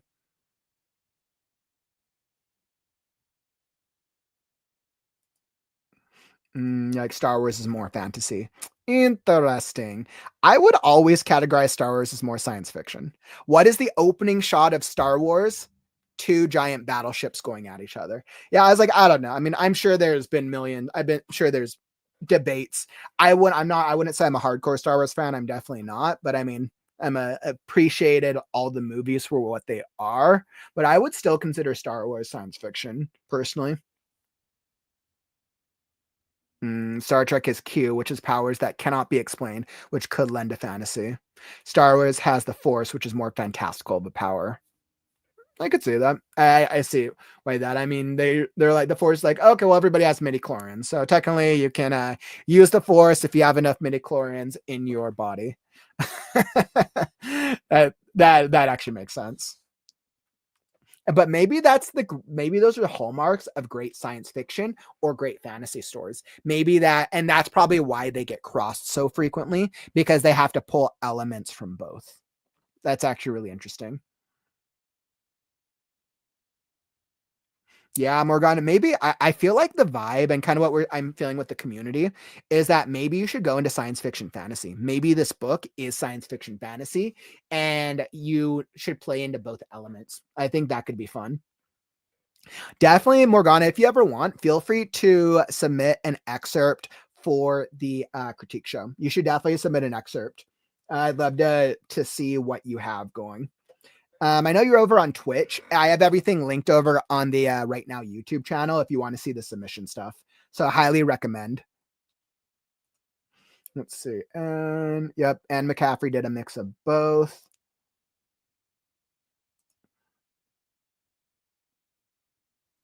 And you're like, I feel like fantasy is more battle with the world and science fiction is more battle with the idea of humanity. Oh, I actually kind of like that. That's a good thematic challenge. More battle with the world, and science is more battle with the idea. Interesting. But I think there's probably stories that do both. I'm not sure if one goes into the other. You know what this conversation is making me realize though, like this is an absolutely incredible conversation. And I actually science versus fantasy. So the science fiction versus fantasy debate is actually a really good conversation. I think I might plan a stream for this because I am such a fantasy nerd and I think I would love to debate this with some other writers. So that way we can still get, because I want to get to some more of these stories, but like this is an absolute incredible one. I had already been planning a science fiction and fantasy type video at some point, but I think doing this would be really interesting to talk through because now I'm like, wait, it's you guys are like challenging me. I'm like, okay, wait, is this which ones are fantasy, which ones are science fiction? Who knows?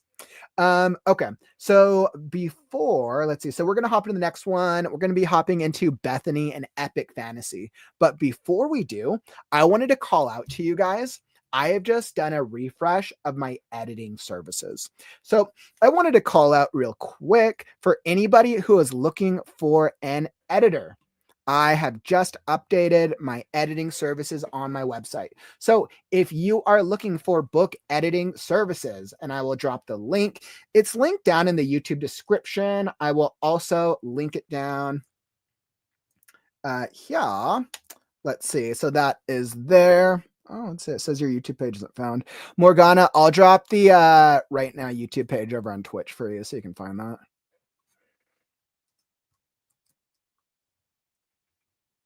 I was like, make sure.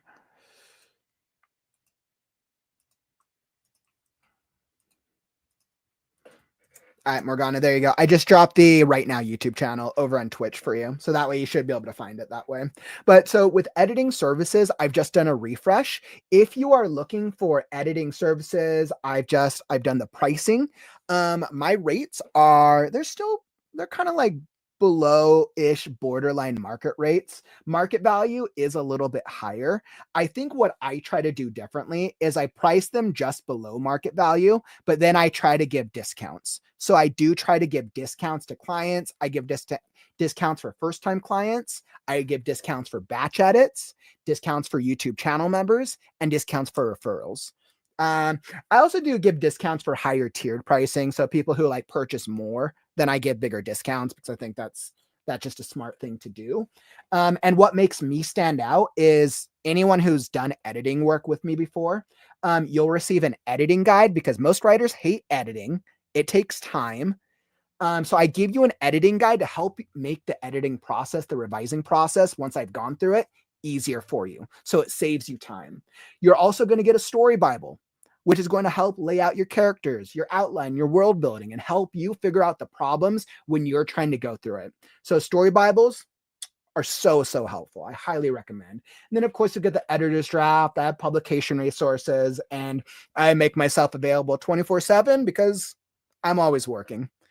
Who needs a life anyways? Kauffman's always around. So this is the new editing website. If you're looking for an editor let's see, I think I updated this. There we go. So whether or not you're looking for an editor now, or maybe you will be in the future, or maybe you might know somebody who's looking for an editor, please share my services with them. I really I need your guys' help. If you know somebody who's currently working on a book and might need an editor, just share my stuff with them, because I'm really trying to figure out how to make this sustainable in the long term. And the first step is upping the editing clients. So this kind of just goes in depth into what you will receive. I do my testimonials. I'm so happy. Thank you to all my community members who did testimonials. And now I actually was able to include like pictures in terms of like the editing itself, right? We got lovely Miss Penelope, Calvin. Thank you, my friend. I'm pretty happy with how the testimonials came out. Courtney, bomb.com. I appreciate you, my friend. I just included a little bit of a sample edit for each of these stories. That way you can see exactly what my editing style is, right? I have nothing to hide. I feel very confident in my style as an editor. And then Philip, this was another good one. I gave like a suggestion of what I did for a story Bible to kind of give you an idea. But as you can see from my pricing, right? And then you saw just the Meet the Editor. That was just about me. And then I need to go over each of the editing services. So I still have to add a couple more sections that explains each one at the bottom, but I kind of wanted to give that as a framework. But as you can see, I do each of the major services, right? Alpha, beta reading, developmental editing, line editing, copy editing, and proofreading. Now, usually what I like to do is I like to combine two of these. I like to combine them to help you cut costs down, because I know most beginning authors or those early on in their author journey probably don't have thousands of dollars to drop on editing. I get that. I understand that. So that's why I will like to combine developmental editing and line editing, or developmental and copy editing. Now, if you're like, hey, well, I'm going to change some of these things, you probably will, which is why it's recommended it's generally recommended not to combine some of these. But if you're trying to cut down on costs, what it will do is it will show you your problems as a writer. You will improve as a writer just by seeing all the mistakes. And then you'll save the sections that you don't change. And then the sections that you do, you're going to rewrite them better because you were called out to what the specific mistakes were. So that's why I do think that bundled editing does work. And additionally, if you only have such like a budget for editing and you need to do it, you might as well try to get as much value out of the editing experience as you can. Now, of course, if you have enough to pay for each of the stages of editing, of course, that's the goal. But also, you got to get the cover design.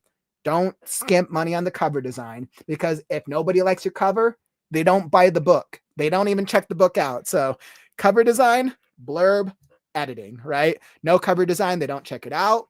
Blurb, they don't decide to read it. Editing, if they see mistakes, things don't make sense, they don't stay on as a reader. And then if you're writing a series, well, you're out of luck. So these are my editing services. I just wanted to make sure to call that out. If you're over on YouTube, it's linked down in the YouTube description as well. So please, please, please, my friends, spread the word for me and help me. If you know any writers who are looking for editors, I'd really appreciate it. And Morgana, I saw you asked this question earlier. You're like, got it. Where would I submit since I have the first 2 chapters completed? Great question. So it's linked down in the YouTube description. I can pull up the submission form for you. Let's see. I can pull up the submission form. Let's see, because I saw a couple more come in. So I want to see if you might have. Okay. So there you go. I just dropped that submission form for you, Morgana, over in Twitch. I think I saw that you found the YouTube channel, but there you go. So that way you can check out the submission form. Our next show, like I said, will be on February 22nd if I don't get to yours today. But highly, highly recommend. It sounds like a cool story. Courtney, like the story Bible alone is worth the price. Aw. Thanks so much, my friend. The edits on top is like you're stealing from him. Much, much appreciated. That means a lot. And I mean, you guys, like the story Bible you guys are getting, if you pay for editing, like it's not something small. You're getting like a 30 to, I mean, depending on the size of your book, of course, but you're getting anywhere between like a 20 to 50 page story Bible. So like you're getting way more value out of the services than you would normally get with another editor. So thanks for calling that out, Courtney. Appreciate it. Kauffman, does that mean we can call you at 2 a.m.? If you are an editing client, sure, you can call me whenever. Although, you know what's funny, Mast, is I'm usually awake at 2 a.m. So like I am a night owl. I like to start my days between 10 a.m. to 12 p.m. And then I like to work until about 4 to 6 a.m. in the morning. That's my preferred schedule because I'm the most active around midnight. So I will definitively, I won't even be asleep at that time. I mean, I guess unless you're like somebody's like in the UK or Australia, that could be a little different, but realistically, I'm probably already awake. Thanks, guys. Okay, so that was missed opportunity. All right, so I felt pretty good about that. Wonderful, and let's get into it. So let's get into our next story. Once again, Bethany, we're going to be hopping into your epic fantasy of Guardian's Legacy. Let's see what we got here. All right, let me reset. Voice still feeling good. Still feeling good about the voice. So we're going to keep going and let's see what we can get. So here we go. Okay.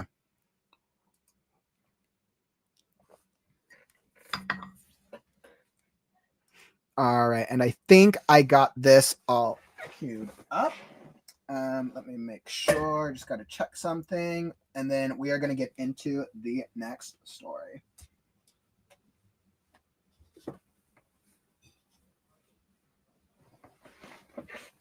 All right. Beautiful. So let's do it.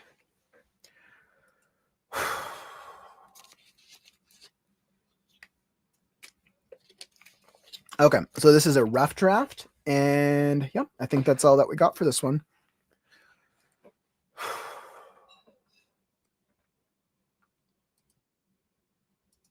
Guardian's Legacy, Epic Fantasy by Bethany D. Harris.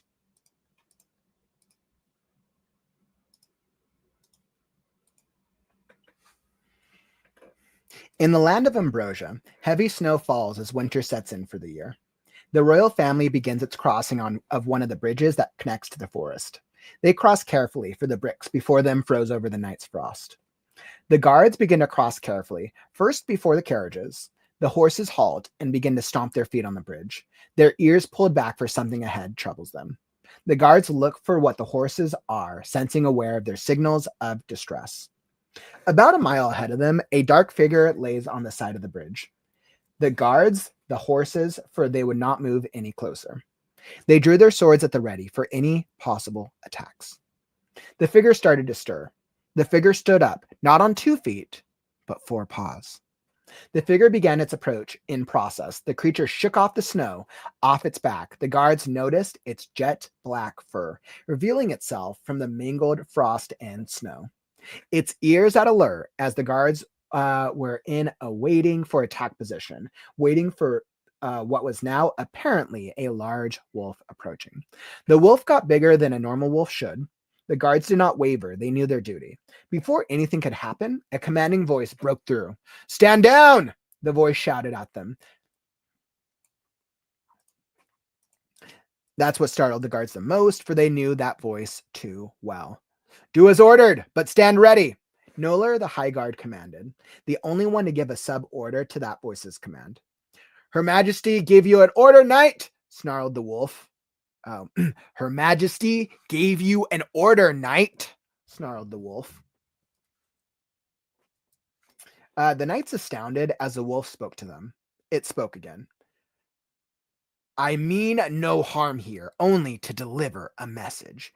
Getting angry, it grew even bigger, towering over the guards' heads. The guards, nor Norler, was listening.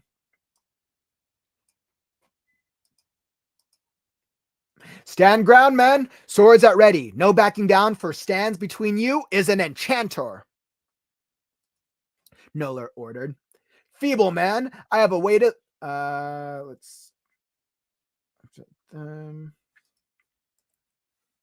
"Feeble man, I have awaited long for your passing, this way in the cold, mind you, traveling from afar to deliver this message to their majesties. If you don't back down, I will use your sword as a toothpick." It laughed at them. Still not listening, Noller called out one last warning. "If you don't listen, enchanted creatures will have to use force." The wolf shook its head. "Very well, as you wish." It began approaching, ready for the attack, but on the defense. "Halt!" Before any of the swords were able to land on the creature, although the wolf did grab one. Truly to its word, Noller's sword was in its mouth. The voice called out again, but this time it came from behind the guards from the carriage door swung open. The king emerged, escorting the owner of the voice, Her Majesty, the parent pregnant queen, down from the carriage. Her fur coat draped down her shoulders and back, her hands in a fur cuff keeping them warm. She made her way to the situation before her.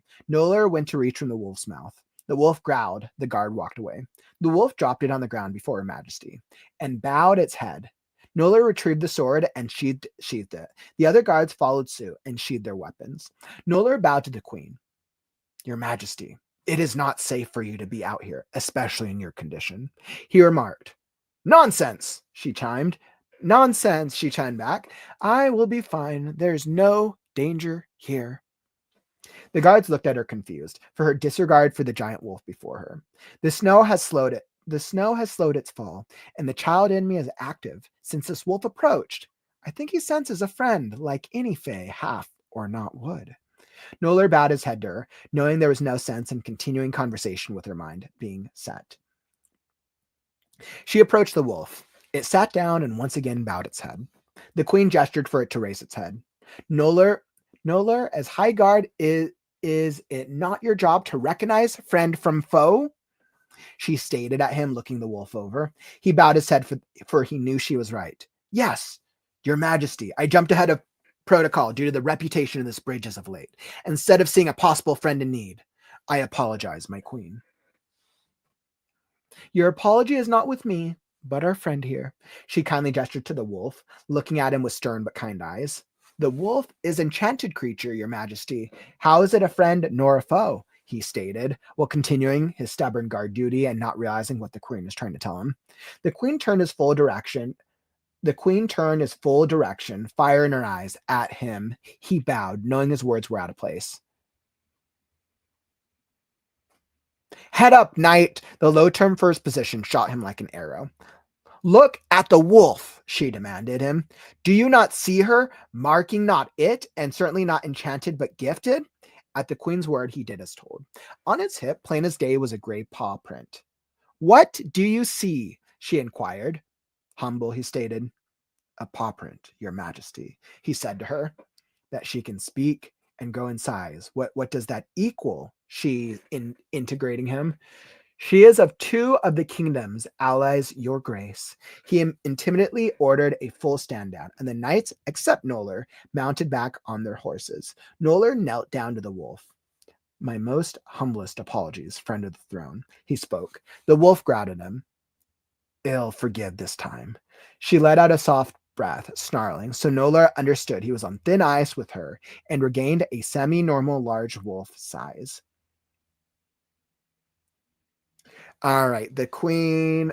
Okay, so I'm gonna stop there. I think that's a good stopping point in that's a good beat.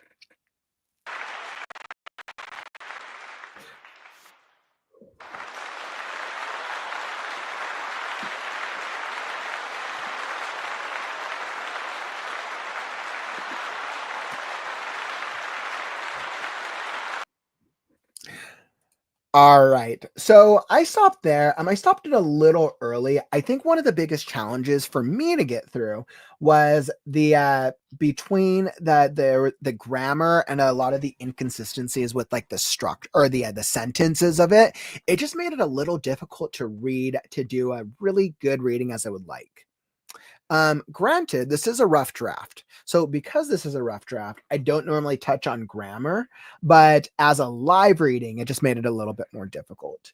From a story perspective, the story itself was actually very sound. I actually really liked the story. The story was actually really, really intriguing. I was so down for that story. So I think what I would recommend, because I know I could tell with some of the grammar and structure of it, I would suggest like run it through like a spell checker the next time you submit it, or if you want me to go through the next section. So that way I could really make sure I'm not tripping over my own tongue. But overall, like I'm really intrigued by the story. And granted, like if you weren't submitting as a live story, this would be different because we usually don't worry about grammar till the end. I've worked with so many writers where in their rough draft, they don't worry about grammar or syntax or sentence structure because they know that it's going to get changed in the end and they're just trying to get the story out. That's probably what you're trying to do is my guess. But yeah, so I'm going to focus on the story aspects of it, which I thought was actually really interesting. Now, Bethany, I remember, I think we went through this draft, or I think we went through a previous draft of this back sometime last year, I believe. Let's see if we're on episode 36. I think we went through this draft and sometime in the early 20th episode of the Story and Critique show.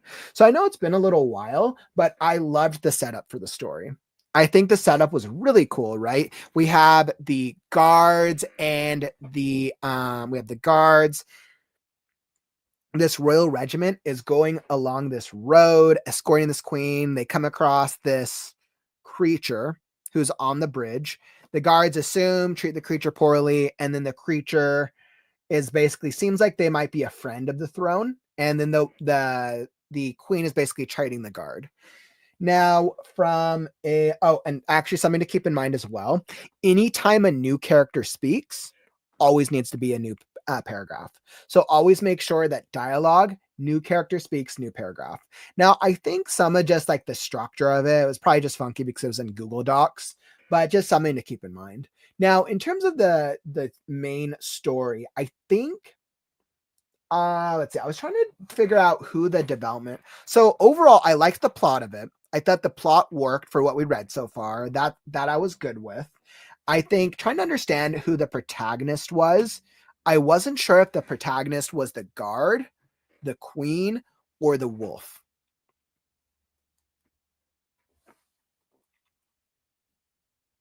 Yeah, as I'm kind of thinking back through it. So I'm trying to understand. I think my guess. I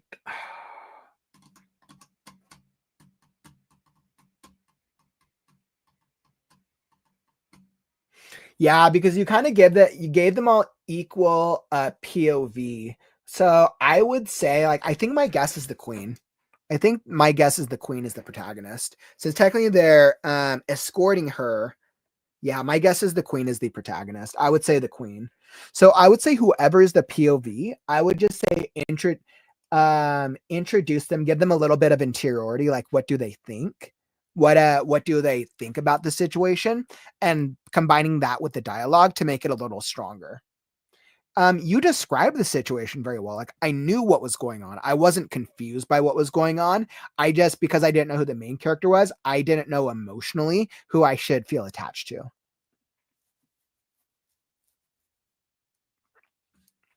Yeah, and I mean, I would actually kind of agree with that. I mean, I think you have a very unique prose to it.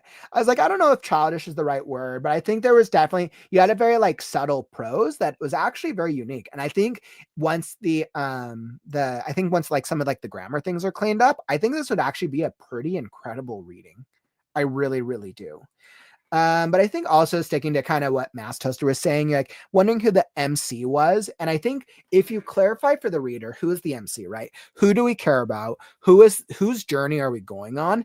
I think that would help us attach to this situation. So when we have the scene with the queen, the guard, and the wolf, who should we care the most about between that? Based on my gut, I think you want us to feel bad for the wolf. So maybe the wolf is the protagonist. I mean, it could be that the wolf is the protagonist. I think the wolf or the queen. I don't think the guard is. Um, I think you clarify the protagonist by using some interiority and defining for the reader who should we care the most about. But yeah, I think that's what I would recommend for character development. Um, I think you did a good job setting up for world building. I mean, you set up the world.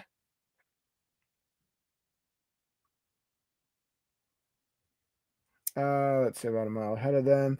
Actually, I mean, so like you set up the lands and that's fine. And then you set up the family is basically going through this bridge. I think I might actually add to Ambrosia. What's unique about this world?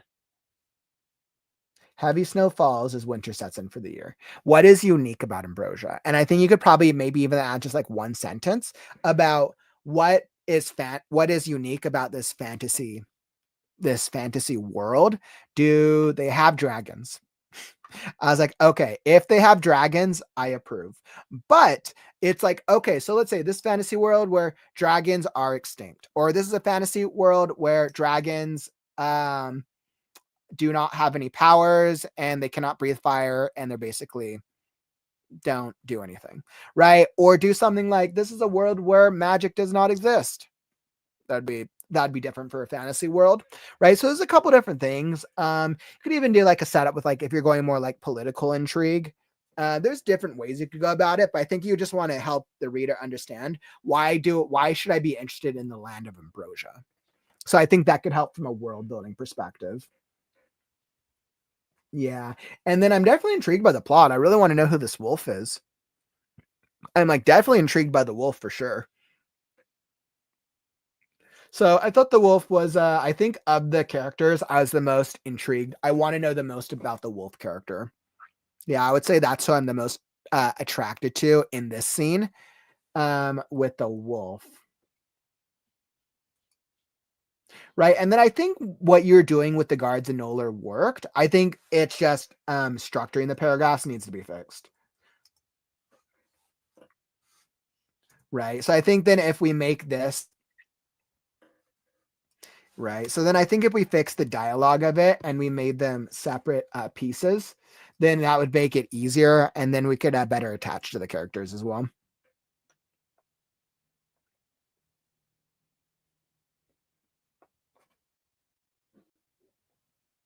Interesting. Like Oscar, I've just been putting a new character dialogue on a new line. I guess something to think about once it's written.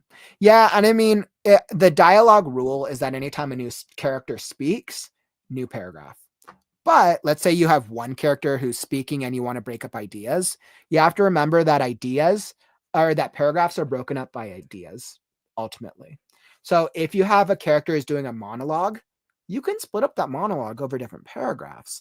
And if it's clear to the reader who is speaking, then you don't have to reset up with dialogue tags. But the reader has to be clear and understand through either the dialogue, the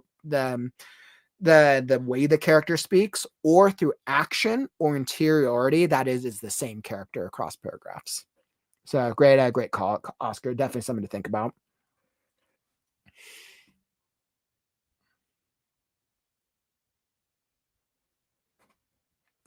And I thought this was interesting that the wolf was about to attack. So I actually thought that was a really intriguing bit. I like that the wolf felt like it was scorn and the wolf's like, all right, well, I guess I'm going to attack. Then we got the queen.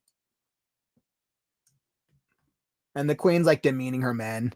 This kind of, I can't tell if the queen's like a good or a bad queen yet. It's still a little too early to tell, but it does give me some interesting character development from her. Because like if the guard's duty is to protect her life, shouldn't the guards be in the right? Like the guards should technically be in the right for wanting to protect her life, but clearly they snubbed someone very important, right? And I think clarifying, maybe this Noller messes up every single time, and maybe he's like a screw up, or maybe the queen's just really oblivious and doesn't and treats every like problem as like, oh, you should have done it differently. So there's definitely a couple different directions you could have taken it in, and I think it's just something to think about. What do you want the reader to come away with when they're reading this scene?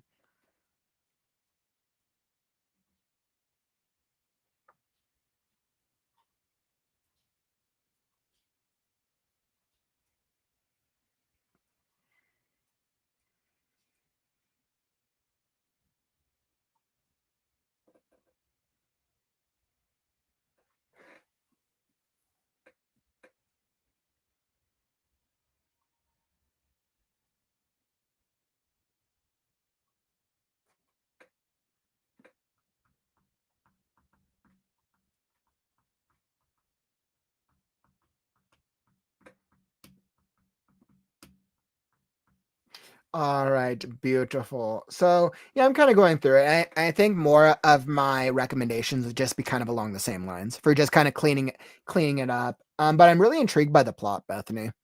So I'm really intrigued. I think those are my biggest. I think those are my biggest recommendations.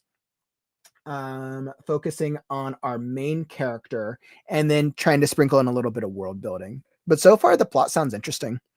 I'd be very intrigued. I kind of want to know if this is like a wolf. Is this like a werewolf, or is this like a shapeshifter, or is this like a somebody who's been cursed to be a wolf? Yeah, I'm interested. I'm intrigued. Thanks for submitting, my friend. That's all that I got for you today.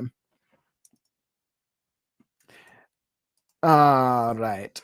Ah, beautiful. Woo. All right. Gonna take a breather for just a second. How are you guys doing in the chat? How are you doing? Are you enjoying the story so far? We've had a couple of very diverse stories, actually, which is interesting. We did, what was that? Mythology, young adult fantasy, and then this is, I could tell this is going towards epic fantasy. So definitely really good, really nice mix.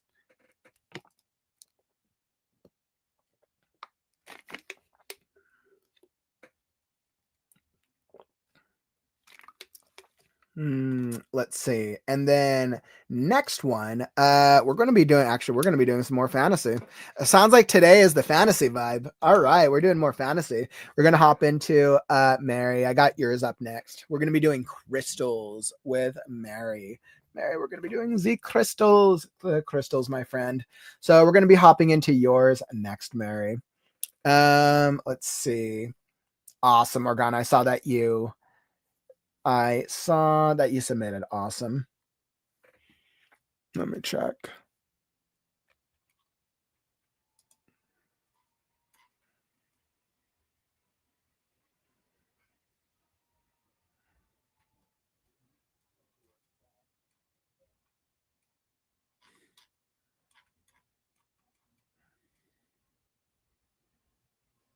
Wow, that actually sounds really, really cool.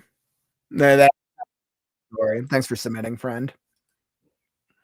So, yep, I'll definitely add it to the queue, and we'll see what we can get through today.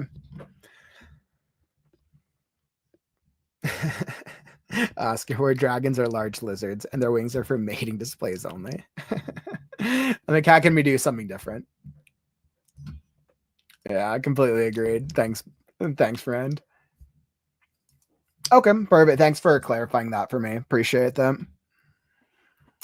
Let's see. Yep, diverse mix of skill levels, which is cool. Yep. I love, and that's one of the things that I love about the WriteNow community. We have such a range of different genres of writers and then different skill levels, which is so cool. And that's something I really appreciate about this community.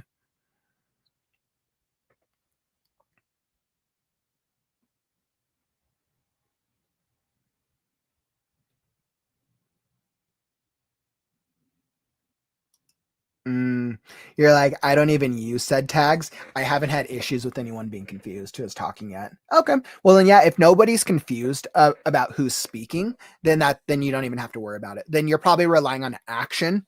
You're probably relying on, I mean, I'd say like action tags ish. You're essentially relying on action to inform the readers of who is speaking, which you can totally do that. Speech tags are not always necessary. You have to remember that speech tags are a tool to help the reader know who is speaking.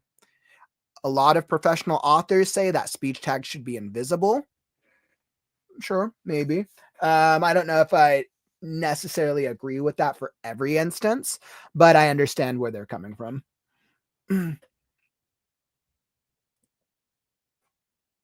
Aw, Morgana, that's actually really awesome. I really appreciate that. The pronunciation guide, that's fire. That's awesome. Aw, doesn't matter what we all, right? Just be here to support. Aw, Brain, you get a heart. I appreciate that, my friend. And that's part of the writing vibe, right, guys? One of the reasons that I started the WriteNow community is because writing is a process. Sometimes it's easy, sometimes it's fun, sometimes it's hard, sometimes it's isolating. But I think having a writing community can make all the difference. And I know ever since I started this journey, like I've improved as a writer just by knowing each of you. So thank you all for joining me on this journey so far. So what I'm going to do, so I can kind of recover my voice for a second, before hopping into the next round of stories, I think I'm going to queue up a video so that way I can kind of like recover my voice and make sure I can get through more stories. So yeah, that is what I'm going to do. I'm going to do a quick breather, and then we'll hop into a couple more stories. That way I can try to get through more. So let me queue up. Let's see.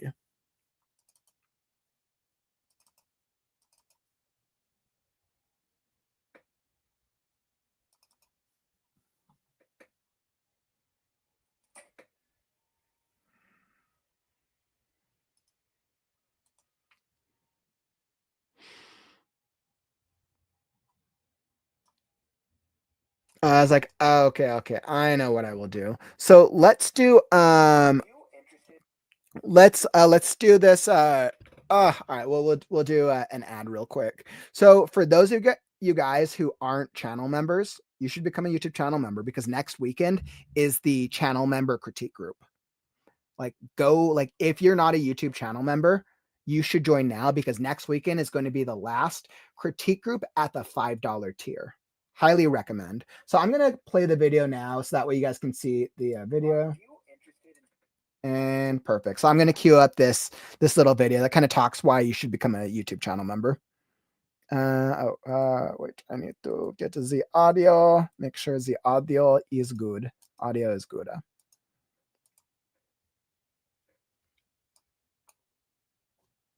All right, here we go. Let's do it. Are you interested in becoming WriteNow YouTube channel member? Well, you've come to the right place. You'll actually get access to 4 unique items just by joining our channel membership. The first thing you'll get is a unique icon that will show up next to your profile whenever you drop a comment in our WriteNow live streams. This icon will actually grow and evolve over time based on length of membership. Number 2, you'll actually get cool emojis that help you represent which genre of writer you are. There's also a really cool dragon emoji. So the next time you're struggling, you can put a dragon on it. And then you'll actually get a free copy of the Freaky Friday anthology. You'll get a digital copy of this. Back in October, we did a flash fiction contest. The 12 finalists were submitted for this anthology, and this is how this was born. There's supernatural, horror, mystery, thriller, and a bunch of different stories in here. And then the 4th thing you'll get is access to the trial version of our monthly critique group. We meet every month on the 15th. It is a closed critique group. So we will meet outside of a live stream on a virtual meeting. You will bring your story, you'll share it with the group, and you'll get feedback. This is a great way if you really want to get solid feedback for your writing from other writers of different styles. Just know that this is a trial critique group. Normally, critique groups of this quality cost way more money. So right now, we're trying it out for the very cheap channel membership just to see how our channel members react to it. So just by becoming a channel member, you'll get all 4 of those items, icons, the emojis, the anthology, and the critique group for only $5. So make sure that you hit that join button right now, and I'll see you on the next stream. All right. So that was the channel membership ad. So definitely. So as I was saying, as past Kauffman was saying, the channel membership is super easy. And like I said, $5 isn't that much. You would spend more. You spend more than $5 on a cup of coffee. Like a Starbucks cup of coffee costs like $7 to $8. I swear. You would spend more on a single meal. With the critique group, you'll actually get exponential value because you'll be able to bring the story to the group. And I know we just got some new channel members, so like we're gonna probably have a really good turnout. The next critique group is on the 15th, which is actually next Saturday. So the next critique group is going to be next Saturday. Should be pretty cool. If you want to become a channel member, hit the join button down below. Down below the video is that join button if you want to become a channel member, and that shows all the things. So highly, highly, highly recommend if you want to become a channel member. That's funny. Courtney, like Bestie is watching this ad and said, I got ebook and physical. Oh, it's funny.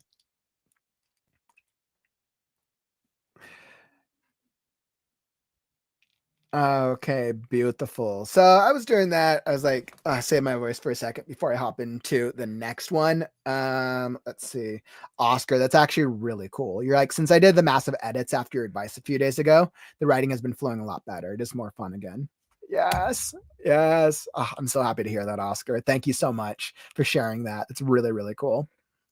Where it's nice when we enter a flow state and everything just starts working. All right. So with that being said, let's hop into the next one. Let's see. That was Guardians. So we're hopping into Mary's. Mary, I'm hopping into yours next.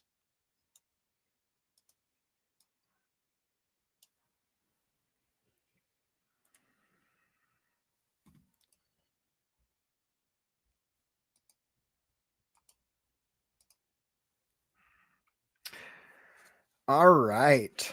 So we're going to be hopping into Mary's next. I am all ready.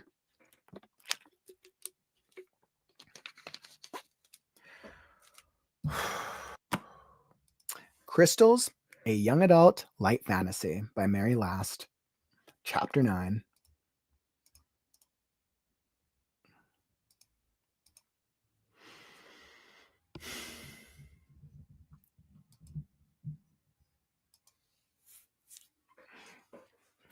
So it was true, thought Zelos. My patience with a gullible and greedy king is finally about to pay off. With his suspicions confirmed by the guards, it was now time to proceed with plans of his own. Not willing to be suspected, he would call on his agent, since no one would ever be inclined to think the carrier pigeons were anything more than a curious hobby. Zelos was able to communicate with this person usually within hours, a few days at most. The very next day, when the sky was once again clear, he drafted a short note and attached it to the leg of one of the pigeons. The note set up a meeting place on the outskirts of town. I have a job for you. Usual place and time, day after tomorrow. Setting the bird free, he smiled a most evil smile, then laughed out loud. Merrick was enjoying a draft on a stump outside the small, out of the way tavern, having just won an axe toss contest for payment. The fact the axe was now lodged in the shoulder of his competitor made no impression on Merrick. Three other challengers were scattered on the ground. Three other challengers were scattered on the ground in various states of ill health. A fourth one was dead. They learned a painful lesson that it wasn't wise to challenge a man just because he only had one eye. Taking the last swig of ale, he saw a familiar small bird perched on a nearby branch. It then flew over to him. He grabbed hold of the pigeon and took the note from its leg. The bird sat patiently and cocked his head as if to ask if there would be a reply. Merrick nodded as he read the note, then scratched one word on the back. Agreed. He reattached the note to the bird and set it to flight, and grabbed up his satchel of meager belongings. The tavern's proprietor looked around at the bloodied and dying. He stared at Merrick, who made a sound like a growl, and glared with his one eye. No comments or further advances were made. Merrick stomped down the path to the south road, which led over to the pass. He would have no trouble being on time for this appointment. Up at the palace, Gareth was getting an earful of gossip while trying to decide what might be valid and what was just exaggeration. Everyone had seen the guards when they came in. Tongues were wagging with a few just happened to hears, from the washerwoman to assistants to pages and into the stables. It seemed everyone had something to say. The kitchen was especially busy. That little page boy, the scribe's kid? Well, he said they was in such a state. Imagine the high and mighty king's guard presenting themselves in that condition.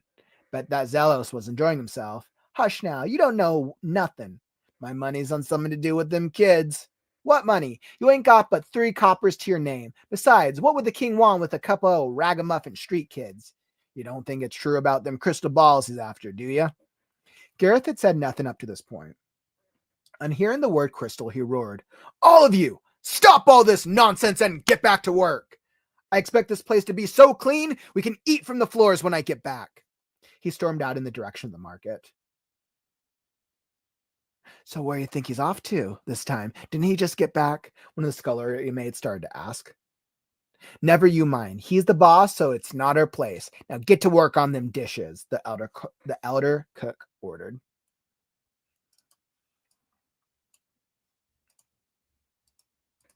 Gareth stepped outside just in time to see a pigeon fly into the rough-rigged aviary Zillis had set up. What's he up to now? He muttered. Wondering if the town was as actively humming with gossip as the palace, Gareth headed to the market. After the incident the prior day, he felt sure more trouble was brewing for those 2 kids. He took a deep breath. This time for his own secrets to be revealed was getting dangerously close. Zelos came into the guards' quarters.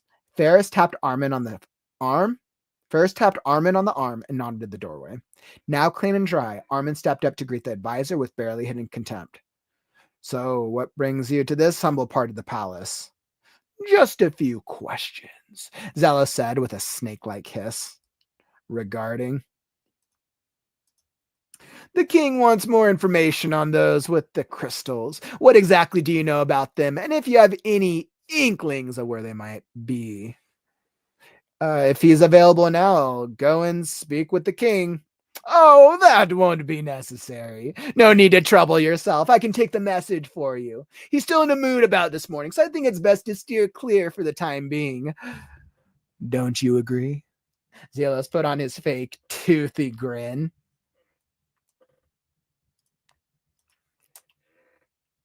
I'm sure he'd rather see me in person and hear what we know directly.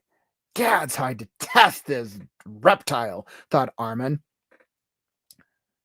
I just thought it would be better coming from me. After all, I am his trusted chief advisor. I know exactly how to handle him with bad news. I mean, after all, you did lose them. Armin's jaw was beginning to ache as he gritted his teeth. We don't know much. It was 2 young people. They looked to be beggars, a boy and a girl. Zelos gave a snort of derision. Children? You can be serious. And beggars at that? What would make you even consider them? I mean, how did you acquire the information that would lead you to them? We have our sources, Armin hedged. What we were told was credible enough to raise our suspicions. I see. So did your sources tell you who they are? How did you know which of those sewer rats to go after? You didn't by chance get their names, or were they hole up, for example, now, did you? Zelos kept pushing for information. We got a vague description and took a chance. When they ran, we pursued them, but the market was very crowded. They split up, and we saw only that the boy headed for the old town. We scoured the streets, but could not find them anywhere. Yes, I thought as much given that stench you did return with. But you said there was a girl also. Surely your guards could have caught her. By the time we got through the market, the girl was nearly at the edge of the woods. By the time the other guards got there, it seemed she disappeared into the tree themselves. She must know that area better than the squirrels. He withheld the fact the force itself seemed to be moving against his men. My, that is amazing. Zealous' sarcasm was unmistakable. Well, I'm sure you did your very best. Indeed, we did. Oh? Well, that does sound like you were on the right track suspecting them. I'll be sure to pass on all you've told me. I've no doubt the king will see reason and perhaps give you another chance. He snickered as he turned and left the guard room. I'll have to find out just a bit more from my friend. Mustn't push too far at once. Perhaps my associates here in the palace can be of help. After Zelos left, Armin went over to Ferris and said quietly, "We best keep an ear out for that one. I have a feeling that scoundrel is up to something. I don't believe he'll be true in telling the king that what was said here. That is, if he tells him anything at all." Ferris looked at Armin. "You really don't trust him, do you?" "I've little reason to. You haven't been here long enough. He's a devil, that one. My advice to you is to watch what you say and do around him." "I'll be sure to keep that in mind," replied Ferris. Armin adjusted his uniform. "I've dealt with his type before. A real snake, that one."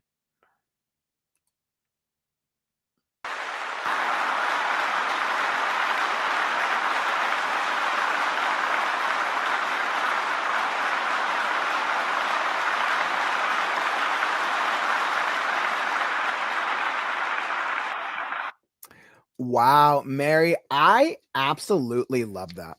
I absolutely love that. I think, Mary, what I absolutely adore about your writing is you're embarking on this really cool epic fantasy story. And I feel like every single time you try things with these different characters and you come up with some really cool character archetypes. Zelos is hands down my new favorite character. I love Zelos. I thought I liked Mole the most. I like Zelos more. I think Zelos is I kind of still like Crazy Old Woman. Crazy Old Woman was kind of fun. I forgot what her name was, but and then like the two young children are fun. What I what I'm really enjoying is I feel like every single time you introduce a character and you do character development with them, you try really fun things, and I think that was very obvious in this excerpt. Zelos was very very fun. Um, So I felt like Zelos, you did a great job of really elevating Zelos as this kind of like creepy snake-like antagonist. He totally gave me he totally gave me Jafar vibes. I like totally envisioned Zelos to be Jafar. I was like, he's like like snake, like smarmy snake oils, snake salesman type vibe. Like that's totally the vibe that I picked up from him. But I absolutely loved him. I think Zelos is my new favorite character, Mary. I like, loved it. So like when I think about this, what works so well in this section, I would say that character development was hands down the strongest. Your plot overall, the plot worked out pretty well. I think there's a couple opportunities on the structure side of it, on the structure and how you went about the plot. Um, yeah, but I think that'd be the biggest thing. I mean, you had some dialogue, structuring errors in there when the guards were talking back and forth, but that's an easy fix. That's a really easy fix. And by chapter 9, we're now kind of in the world. So the reader will probably have a good understanding of the world by now. Um, yeah. What's interesting is now that you've developed Zelos, I wonder if he's going to be referenced earlier in the story when you first introduce the king. Like that's what I'm actually intrigued by because I could totally see you having I could totally see you mentioning Zelos early on, but now this is his first like POV. Ah, perfect. Yep. So you were thinking of Jafar. Actually, there are many movie characters and things influencing me. Yeah, and I'm sure there's different ones, but for some reason, Jafar was just the first one that came to mind. But yeah, I loved him. Zelos is my new favorite bad guy. Let's see. So it was true. So let's go through it.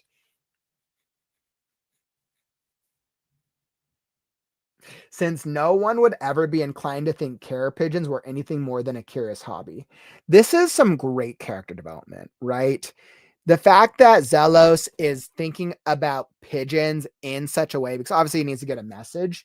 This is just a great job. You've given your character a quirk. I would say you could even play into this. And you could say that Zelos, maybe he has like a thing for pigeons. Like maybe, or you could do one or two ways, right? You could do that maybe like he has a fascination hobby for pigeons, or maybe pigeons hate him. Kind of like Hook and the crocodile. You could do something in that direction. But I think that could be fun as well. Like Zelos like hates pigeons, but they're necessary and they always give him trouble anytime he deals with them. That could be fun.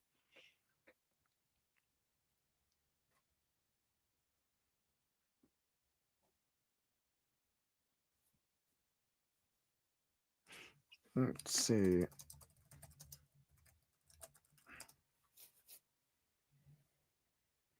Yeah, so great question, Lillian. I saw you ask that. You're like, what is light fantasy?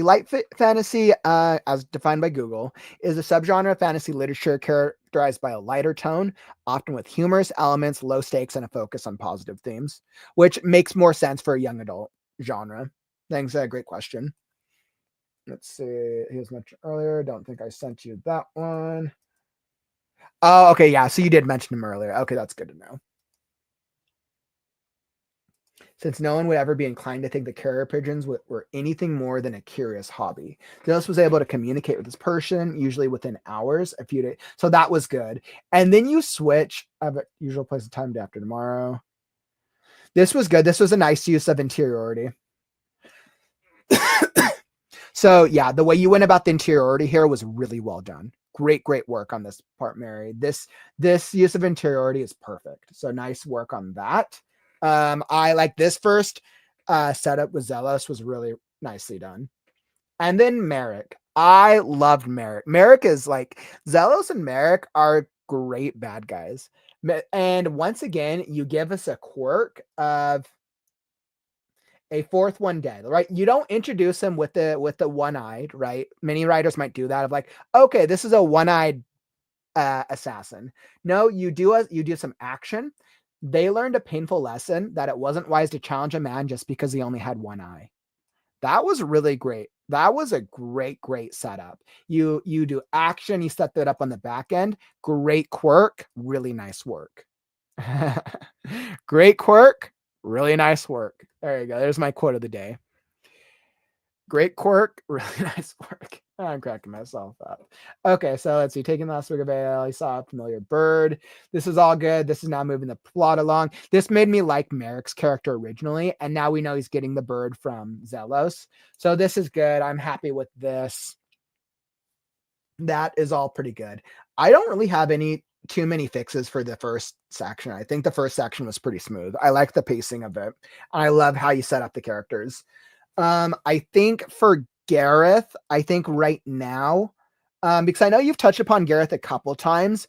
I think now you've probably like adjusted him since then, but I think right now I don't have too much of an understanding of Gareth as a character. I understand the two kids very well. I even now understand Zelos and Merrick better. Gareth, I'm just not sure what his like personality like. He kind of seems like he's kind of like a proud knight, or he's like a proud like guard, but he's kind of in disguise. And it could just be because he probably done revisions and added to his character, but just something to keep in mind, Mary. I'm trying to understand Gareth's character personally.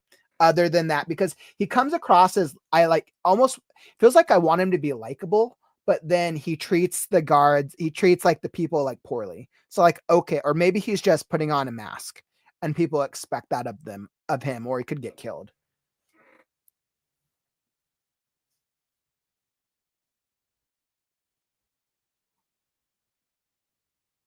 Okay, yeah, and then this was just with the dialogue. Mary, just something to keep in mind anytime a new character speaks. New paragraph. Let's see. And then, but yeah, I mean, their conversation itself was fine. And then anytime you use any numbers below 10, you always spell them out. Numbers 1 through 9, if you ever use 1 through 9 in a novel, you always spell them out the full way. You always, yeah, you spell them out instead of putting the number. 10 or higher, you put the number.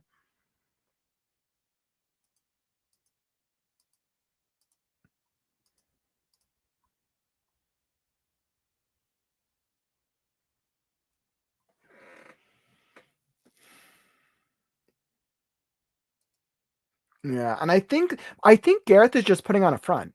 I think he's just putting on a front. I think he's actually supposed to be likable. Um, yeah, and like that I do know. I do know he has a big secret. I'm just not I think it's more like less the plot for him. I think it's just his personality. Like I'm not sure as a reader, I don't know whether I should like him or hate him. And I think that's the problem. Zelos, we know we're supposed to hate him because he's a bad guy, but he's like quirky. So then the readers are going to be more interested in him. Merrick, yeah, he's a bad guy, but the readers will probably love him as a bad guy because he's kind of quirky as well. And I think Gareth right now, I'm not sure whether I should like him or hate him because I just don't understand his character yet. Oh, and then from a POV thing, technically we're in Gareth's POV here. So I wouldn't. I mean, technically we're switching to the maids.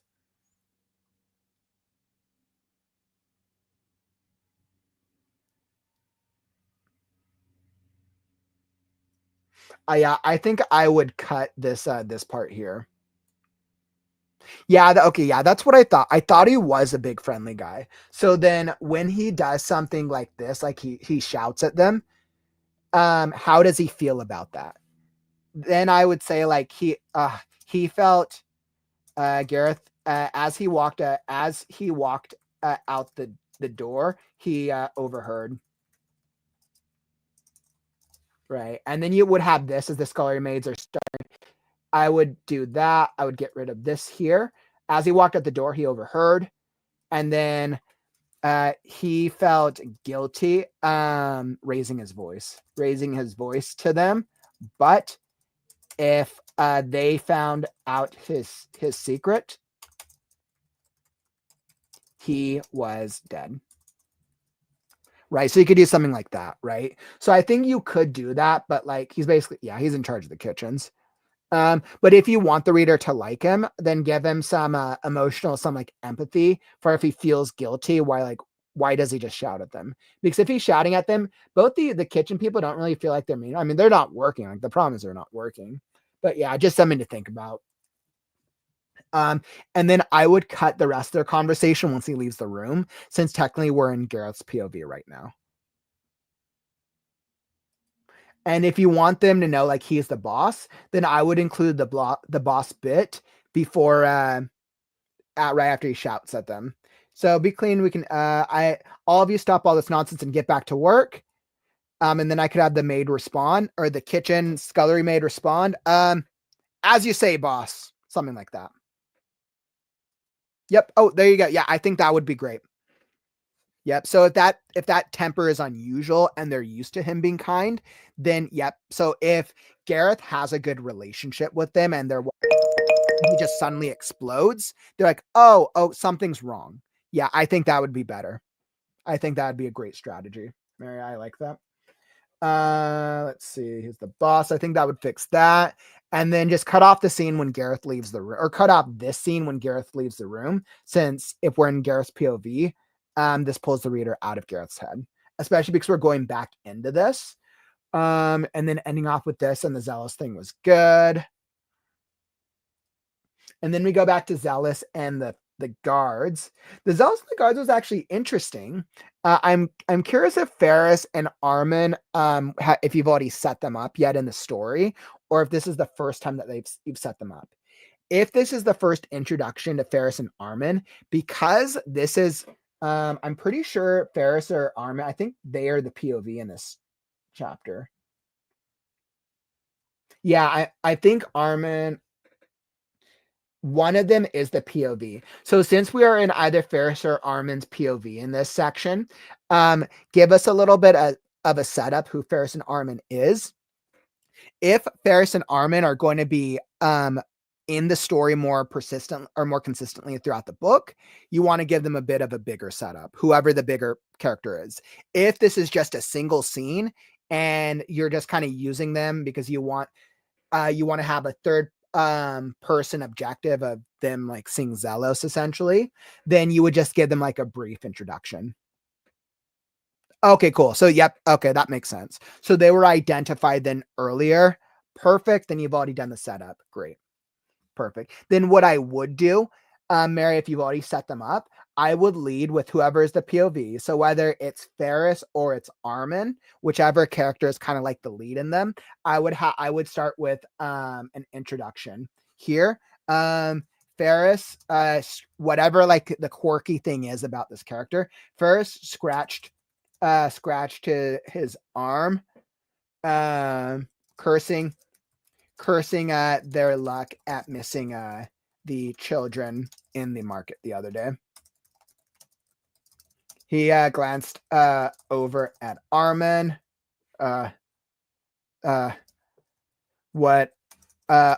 glanced over at Armin, who was still learning the ropes. right? Something like that. I think you could set up the scene a little better than if you've already introduced them, then just introduce us with Ferris or Armin, since they're technically the POV of this. And then Zelos rushes into the guards, because right now, since Zelos is coming here, I'm kind of assuming Zelos is the POV, since earlier in the chapter it was a Zelos POV. So like you can get away with this in the same chapter, but you need to clarify that this is a Ferris or Armin POV, so the reader doesn't potentially get confused. But I mean, the content of the scene was good. Like the back and forth was good. I was pretty happy with it. Like when things like just a few questions, Elsa with a snake-like hiss. Ooh, yes, I love it. I love it. Yes, yes, yes.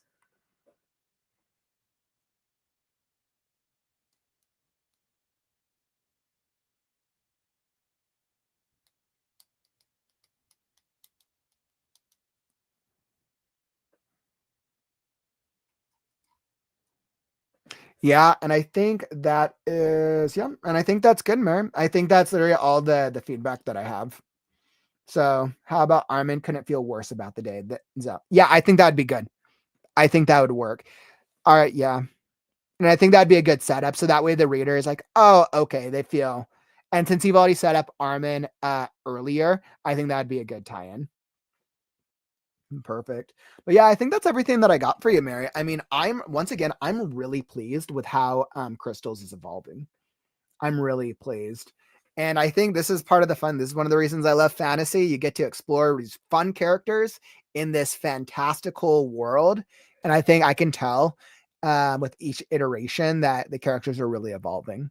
So really, really great work, my friend. Like, thank you for submitting. I'm looking forward to it being launched as well. Let's see. I know I saw. I know LeMay had a really good suggestion. Yeah, you notice that Zealous is pigeon droppings on the back of his shirt. That could work well.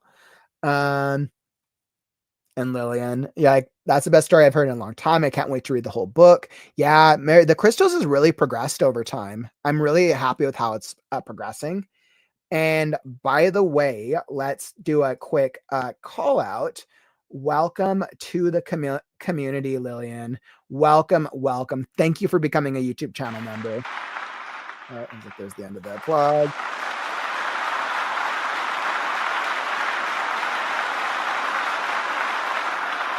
So thank you for becoming a YouTube channel member, Lillian. Welcome to the community. I'm so stoked. So beyond the icons, the emojis, you'll get access to the critique group, which is next week. So definitely make sure to go look over at the community tab, because that lists the announcements and the updates and the things that you have access to.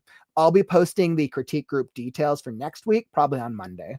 So welcome, and hopefully to see you there at the critique group next weekend. Really, really cool. I always love having new writers in the community, because then we get new styles.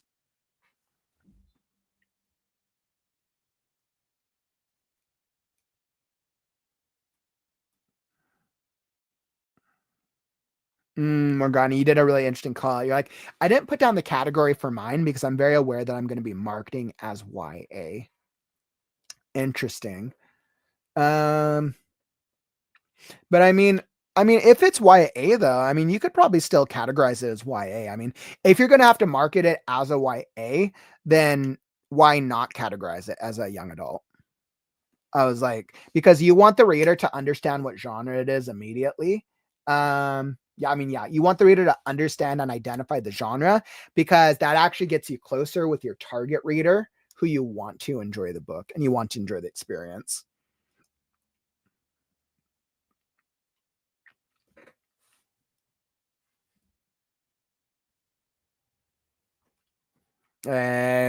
Welcome to the community.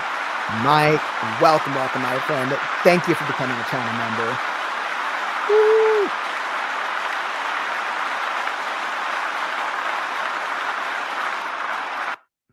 I'm realizing I need to up my sound effects game.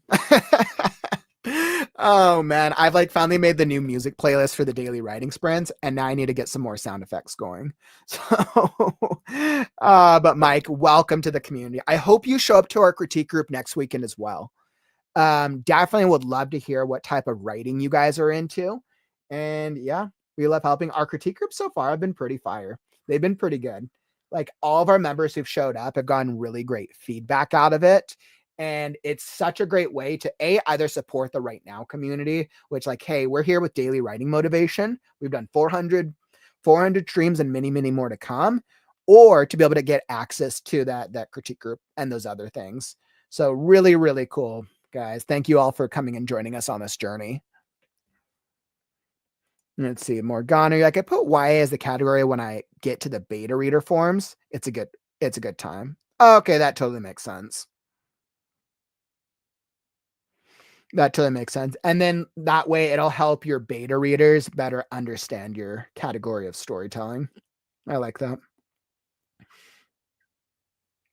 Let's see. Like I have mine as a YNA right now. I try to envision where it would sit in a bookstore or library. I mean, yeah, and I mean, I think that's always the question, right? So a lot of times fantasy will just get categorized into general fantasy. If you go young adult, it's going to go into a young adult section. Yeah, I mean, it could go either way. I think you want to, so far from what I've read of yours, it feels young adult. Young adult does feel like the determining over fantasy. Yeah, I mean, I would probably go young adult. I think that would be what my gut is saying. But I mean, because we've seen some magic, but I wouldn't say we've seen like extreme epic fantasy magic type stuff that you would see in like an epic fantasy type novel. So I would say I think young adult seems like the direction that it's heading in.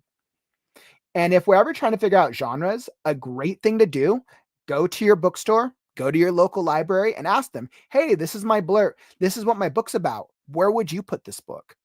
Ask the librarians, ask the people who work at the bookstores, because they have to deal with shelving and categorizing books all the time. Go to the bookstores and ask. I think that's a great idea when you're trying to figure out where should my book go in a bookstore and what type of genre. Also, ask people who've checked out your story, right? Hey, what type of genre does this feel like to you? That's why, Morgana, I know you mentioned your beta readers, alpha readers, beta readers, great places to ask about, okay, who is this story for, right? And what type of genre should match this story. So absolutely love that. Those are great strategies. All right, where are we at? Woof. All right, so we got through that section, which was great. So we got through that, which was wonderful. Mary, thank you again. And let's go into, let's see, who do I have queued up next? We got Courtney. I got Falling for a Storm next, Courtney. Miss Courtney Harding. We're going to be hopping into Falling for a Storm and Falling for a Storm shortly, Miss Courtney. I'm starting to feel my voice, so I might not be able to get through the full reading, but we'll see how far I can get, Courtney. So we'll do Falling for a Storm. Yeah, super stoked. And let's see, where are we at? By the way, if you're enjoying the stream, subscribe. Tap that subscribe button. We're here every day with the WriteNow community. 400 consecutive writing streams and counting, and many, many more to come. If you're wanting writing sprints, you want to show up for author interviews, next weekend, we start back up with our Create Right Now podcast, the critique show. In the spring, we're launching our book club, and we're going to be hosting another, the Fated Fantasy Fiction Contest, which is for fantasy, romance, and romantasy. Like we have it all. We're doing all the things. So make sure that if you want to be alerted to when we go live every day, tap that subscribe button. And if you're already a community member, share it with a friend. All right. Beautiful. Wonderful. Let's do it. And all right, I got you here. We are going to get into Falling for a Storm. Okay.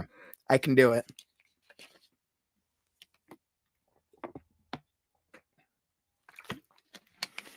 So for those of you who've been around for a while, I know we've seen some previous iterations of this.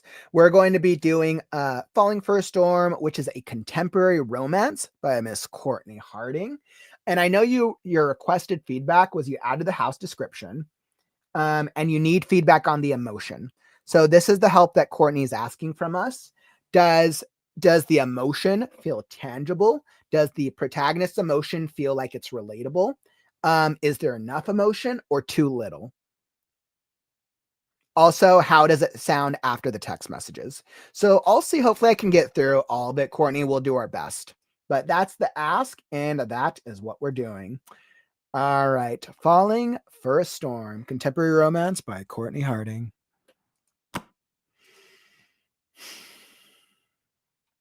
Chapter 1, Lexi. Present day, South Carolina. After my morning run around town, I stop at the beginning of my long driveway. I take a deep breath, taking in the large oak trees that line the driveway. Each twist and turn of the branches shows the strength and character of the arena. Spanish moss drapes on the limbs like a blanket. Walking down the gravel drive, cooling down from the run, I look towards the well-manicured lawn, sighing. We could finally get that dog I've always wanted. We have the space now. The white house with black shutters comes into view as the sun burns the dew off the grass. A light wind rustles through the leaves and makes the rocking chairs creak on the front porch, making me smile. I love how peaceful it is here. Bash, we could have built a happy life here. I head inside the house, go to the kitchen, make coffee, and sit on the back porch swing. This is my favorite part about living in this big house. I quickly learned that I needed to do my daily runs in the early morning or evening to survive the humidity. I appreciate the quiet as the day starts. I feel at peace in these moments, but it's still challenging to fully accept that this house is mine after everything I've been through. Of course, I don't need a 5-bedroom home on 5 acres. It's only me here and nobody visits. Growing up with the father I had taught me to appreciate the space and the peace it brings.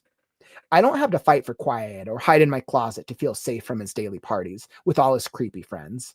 The neighbors always told me he didn't used to be like this. He always called me a murderer for taking his wife from him and ruining his life by looking at her. He would have preferred a boy if she was going to die in childbirth, not her clone. I took a sip of coffee while enjoying the view.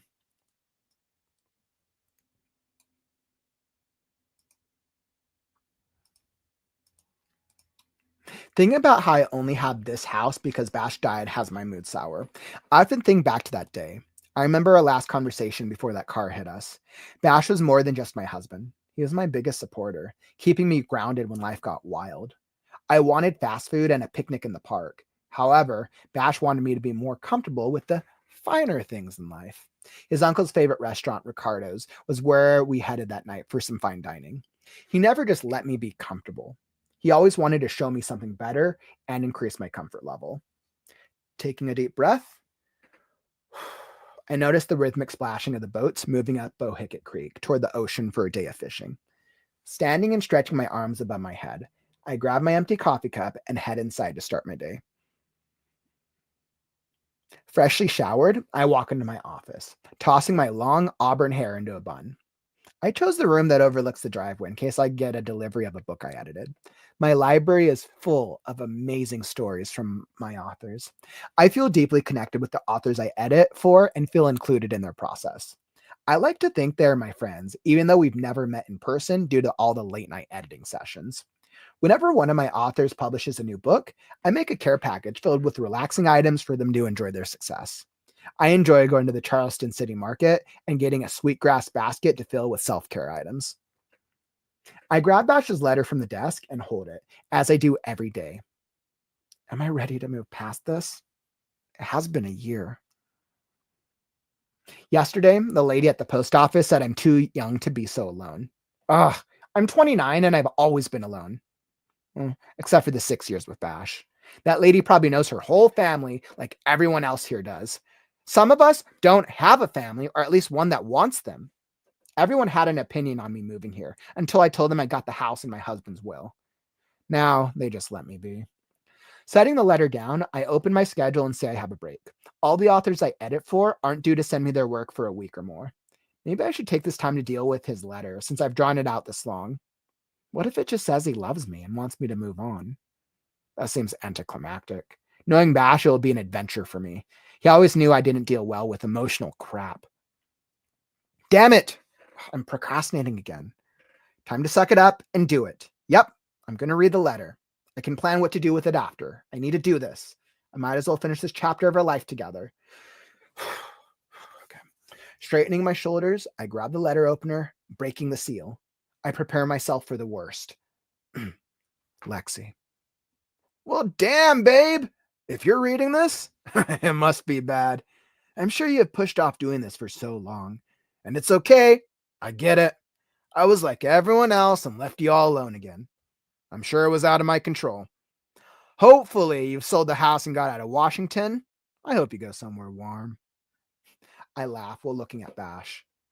Yeah, I left Washington the first chance I got. Smiling, I go back to reading Bash's letter. I haven't been completely honest with you. I did love you, but you were not my first love. Before I moved to Washington, I lived in Charleston, SC. I was engaged to a beautiful woman who had my whole heart. One night when I was young and dumb, I drove us home when I should have ordered a car. The car we were in hit a tree, and my beautiful young fiance was killed. Her family hates me, so I left to work with Uncle Prescott. I met you a year later. Why would you keep this from me? Tears filled my eyes and my heart feels heavy in my chest. I told him everything, and he kept a huge part of himself from me. If Kara was so special, why couldn't I know about her? Looking at the ceiling, I try to blink away the tears before they fall. So I was your backup plan? I asked Bash, trying to hold back a sob but failing. I returned to the letter, preparing myself for more pain. As you know, Uncle Prescott died. Now there's only you and the family. I tried to do better for you because I wanted to give you a family. I hope I succeeded. I need to ask you for something. I understand if you aren't ready, but this is my final wish. Will you lay me to rest with Kara? Her family would never allow me to be buried near her, but you could set out on one last adventure with me. Just sprinkle me on her site. Please, let my final resting place be watching over her. Watch over her? I yell at the urn. My hand shakes, so I put the letter down. I look at the mantle where I put Bash's urn once I moved in, along with photos of us together. What about me, you selfish prick? Then again, I guess I finally know what to do with your ashes. Snatching the letter up, I keep reading, feeling my anger rise. Lexi, I have always been so proud of how much you've grown. You earned everything on your own. Thank you for letting me celebrate your achievements with you. Uncle Prescott always said how strong you were. He thought you would become unstoppable once you allowed yourself to get out of your way. I wish that for you, Lexi. Step out of your way and conquer the world. Find love, a deeper love than we had. Laugh deep and have the life you want. Don't let others force you to experience things only they wish you had. I'm so sorry, babe. Never let this break you. You will always be my fierce storm. Love, Sebastian Wolf. P.S. Karen McKay is buried at Magnolia Cemetery in Charleston, SC. Find love? That's rich coming from my husband, the man I thought I found love with, I say, slapping my hands on the desk and standing up. I start pacing my office. Maybe you did love me. I don't know how you don't share that with someone you love, but no one is perfect. Yeah, he loved me. I know he loved me. He had to love me. I looked at our wedding photo sitting next to the urn, noticing a smile and the kindness in his eyes. I need to learn more about her to understand why you kept her from me, I whispered to Bash. I go onto my computer and search for Kara, finding an obituary in her plot. Walking across the front hallway into the other office, I see the stacked boxes of Bash's stuff. After 3 hours of getting through box after box of tax papers and other boring, useless information, I see the trunk that Bash used to keep in his closet. I never felt the need to go through his stuff. Now I feel like I'm intruding. Lifting the lid, a newspaper clipping falls out. Kara's obituary. Glancing into the trunk, tears cloud my vision.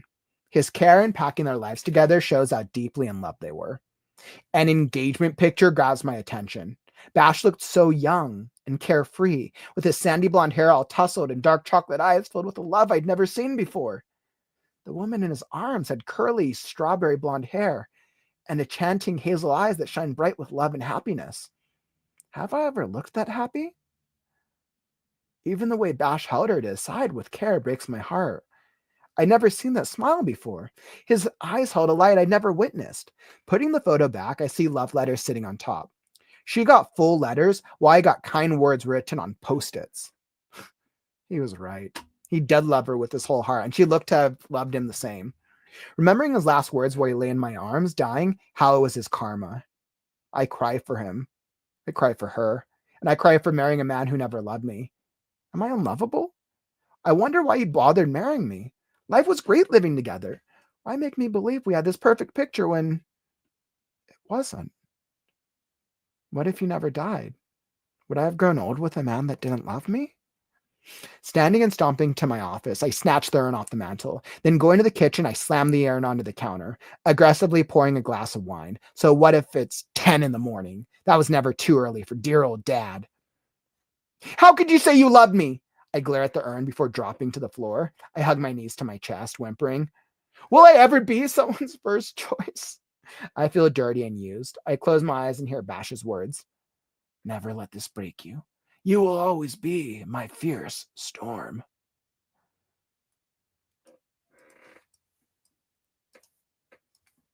Fucking selfish prick. Dropping my head into my hands, I sobbed for the young girl who was never wanted. The young girl forgotten by my only living parent simply for daring to be born a girl. The young girl people settled for. Damn him for being like everyone else. He promised. He said he would be different. Well, Sebastian Wolf, you are just like everyone else. A fucking disappointment, I call out, wiping the tears from my face. Forgetting the untouched wine, I run upstairs to change. I need to center myself again. When I run, I can think better. This small town with the old architect and massive oak trees covered in Spanish moss allows me to get lost in my head. Stepping aside, I chose the route around town. While running, I let my mind go through everything. Should I do as he asked? It is his last wish. He fucked up and she died, but she had to have loved him before that accident, right? What if it was what she wanted too? If I do this, it will be for her, not him. No, that's not fair. I will do it for them and their love. Arriving at the driveway, my watch dings, telling me I've hit my weekly goal of 5 miles. It's only Tuesday. Damn it, I shouldn't have gone running twice today. I knew today was going to suck. Taking a shower, I remember Bash is still in the kitchen. I throw on shorts and a t-shirt, taking my long hair and a messy bun on the top of my head. I make my way to grab Bash. I'm not adventurous, Sebastian. You knew that. It was one of your biggest complaints. Did he compare me to her? No, I cannot do this to myself. Shaking my head, closing my eyes, and taking a deep breath, I clear those thoughts. I'll go tomorrow, and while I'm in Charleston, I can grab a sweetgrass basket, some stuff at the market for my author with the upcoming book release. As I'm putting Bash back onto the mantle, my phone pings. It's my lawyer and friend, Sarah, texting me. Hey, girl. How you doing today? Know I'm here if you need me. Me. Thanks, girl. I'm okay. Processing the letter. You opened it? Yep. Shocker. He planned another adventure. I'm here if you need me, Lexi. I know. Give me time. I head to the kitchen and prepare a late lunch, then grab a book from my library that I've meant to read. I'm just going to lose myself today. Forget the world.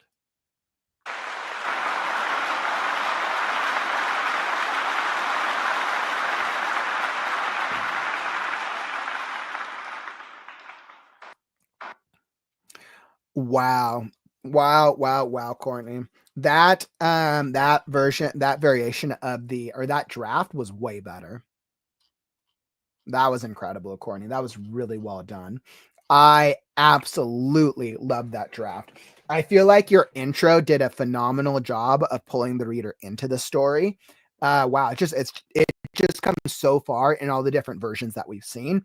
I am so happy with how it's come along. I would say the emotional journey of Lexi in this draft is the strongest portion of it. I do go along with Lexi's emotional journey. I think what needs to happen next is you need to cut back on just a couple of you're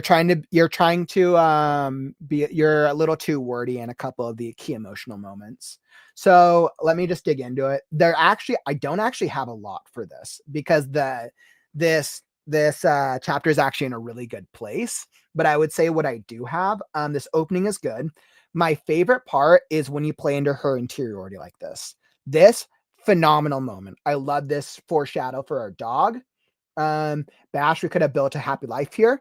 I think that you should really play into this because this is very well done, which is why my favorite, not my favorite, but one of my favorite parts was when you do this interiority with her near the end. This is well done. You should I do if it, as he asked if it is the last wish, he fucked up and she died, but she had to have loved him before that accident, right? What if it was what she wanted to? If I do this, it'll be for her, not him. No, that's not fair. I will do it for them and their love.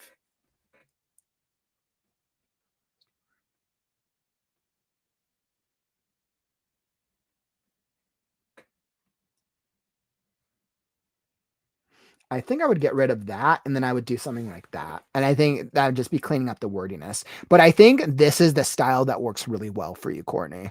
This, I think it allows us to go more closely along with Lexi's journey, and you're doing it really well now. Yeah, so like this is what you're doing in this chapter is phenomenal. I think if you did this consistently throughout the novel, I think this like would bring it to that. I think it would really make it to the next level. During the letter opening scene, so I was great with the intro. The intro was awesome. I think you gave us enough world building and setup for her. I was happy with the opening. I think the paragraph with the father, growing up with the father I had taught me to appreciate the space and bring up peace. I don't have to fight for quiet or hide my cause to feel safe from his daily. The neighbors always told me I didn't used to be like this. He didn't always used to. Growing up with the father I had taught me to appreciate the space and the peace it brings. I don't have to fight.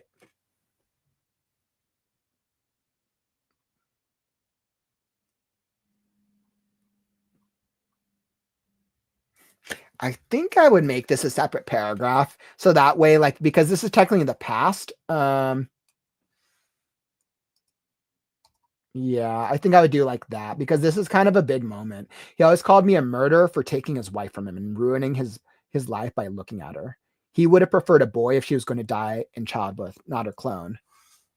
I I hate my father or something like that, right? I think this makes it a little stronger so we can focus on this. So I would just say the father bit, separate that, and I think that would let the reader tie into that father emotional beat a little stronger.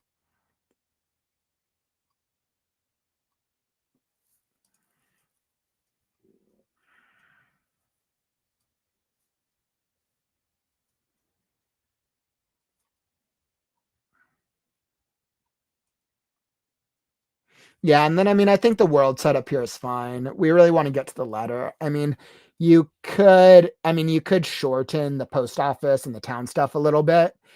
You could shorten it. I would say if you can find some spots to shorten from the father to so from the father bit to the letter opening, if you can find some areas to shorten, like cut out a couple sentences, let's get to the letter opening a little sooner. So because you want to pull the reader in with more emotional states.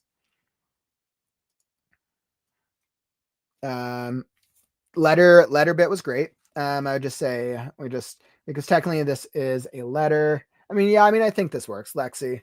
Well, damn, babe. Yeah, I mean, I think and I think the way if you do this, I think with letters, I think you like put it on a whole different margin.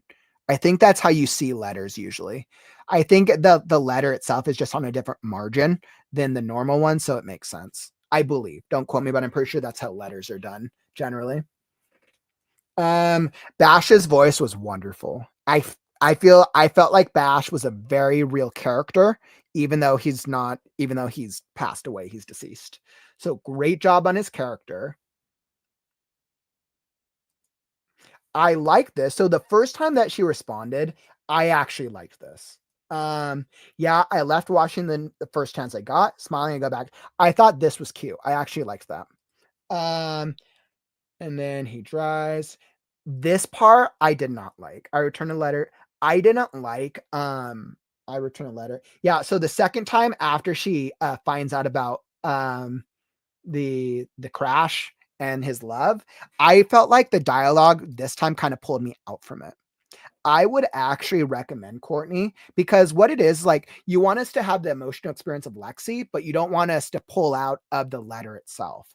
I think this would be stronger if you instead did one of do an interiority like this. Do like this length, this interiority of Lexi thinking, because she's kind of processing, right? She's kind of processing and experiencing this, and then have her save on the dialogue again until after she starts cussing him or getting pissed off. This way, the interiority would not pull us out of her reading the letter, which is the important part right now. So I would cut this that dialogue from this section. Why would you keep this? Yep.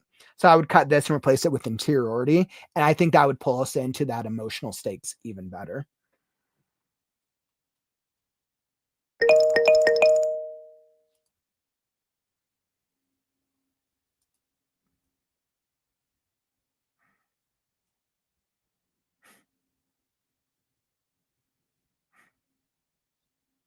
What about me, you selfish prick? I actually thought she was gonna I thought she was gonna accidentally almost throw the urn at first. Oh my god, because she was so upset. Yeah, I really thought she was like almost gonna throw the urn at first. Yeah, this is good. I think saving the dialogue for here again would actually be smart. Selfish prick, this is all good. Then again, I guess I finally know what to do with your ashes. Funny. Let's see.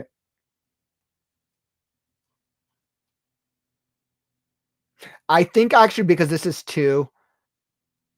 Um, then again, so this is technically two thoughts. Both of these are funny. Both of these are funny. Watch over her. I mean, this is good. I would get rid of one of these. They're both actually really good, but the problem is I want to stay focused on finishing the letter. So I would choose one of these ideas and then move the other idea after. But it's because I want to stay focused on the letter and on her emotional journey. So that way we can finish the letter. P.S. Carrot, yeah, that's good. I still feel like it would be funny if you had Bastion do a P.S.S. and have him do something cute. Like I feel like if you that seems like that would be a style if you had him do a PSS of like this is like factual and then this is something like, oh, and I forgot, do this, or oh, I forgot, get the milk out of the fridge on, or something like really mundane. Right. I think if you do something mundane and funny, that comedy might actually balance very well of Lexi just getting more pissed. So I have just food for thought, subjective suggestion. Or like find love. Yeah, try Larry, the cable guy. You know, I think he had a thing for you. Something like random like that. Okay. Yep, this is good. I was highlighting the interiority is really good here. Um all of this that's happening is fine. What if he never did? This is all good. Her getting upset. When she's thinking back to his words, no dialogue. You only use quotation marks if they're speaking. Um, because you're setting it up with here, it could have been mistaken technically as dialogue. So I would say just never let this break you. You will always be my fierce storm.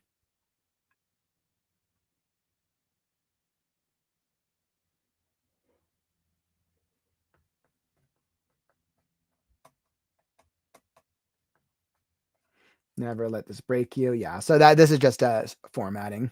Let's see. You said I thought the PS being about Kara would make you hate Bash more because Final Thought to Lexi is about Kara. Which it would, which is why I think a PSS, you can use it to diffuse. You can use it to diffuse the tension and make like Lexi like, I love and hate that asshole, right? I think because of his vibe, I think you could get away with that.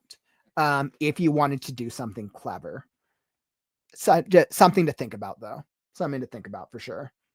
Let's see, never let this break you. You always been a fierce storm. Yep, and then this, I loved this. That was great.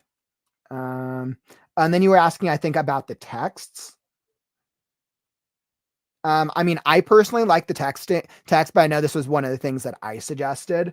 I think for me, the text message conversation worked. I feel like I was clear that it was a text message conversation. It's my lawyer friend and Sarah texting me. I think, like, for me, I was actually very happy with this. And then this makes me think, okay, this is like a text exchange. You're like, I head to the kitchen. No, I think this last part is actually really good. I think this part is good. I think that this finishes it back off on the present moment with her going back to the library. I like this. Leave it like this. You could end off on the text if you really wanted to, but I think this works well.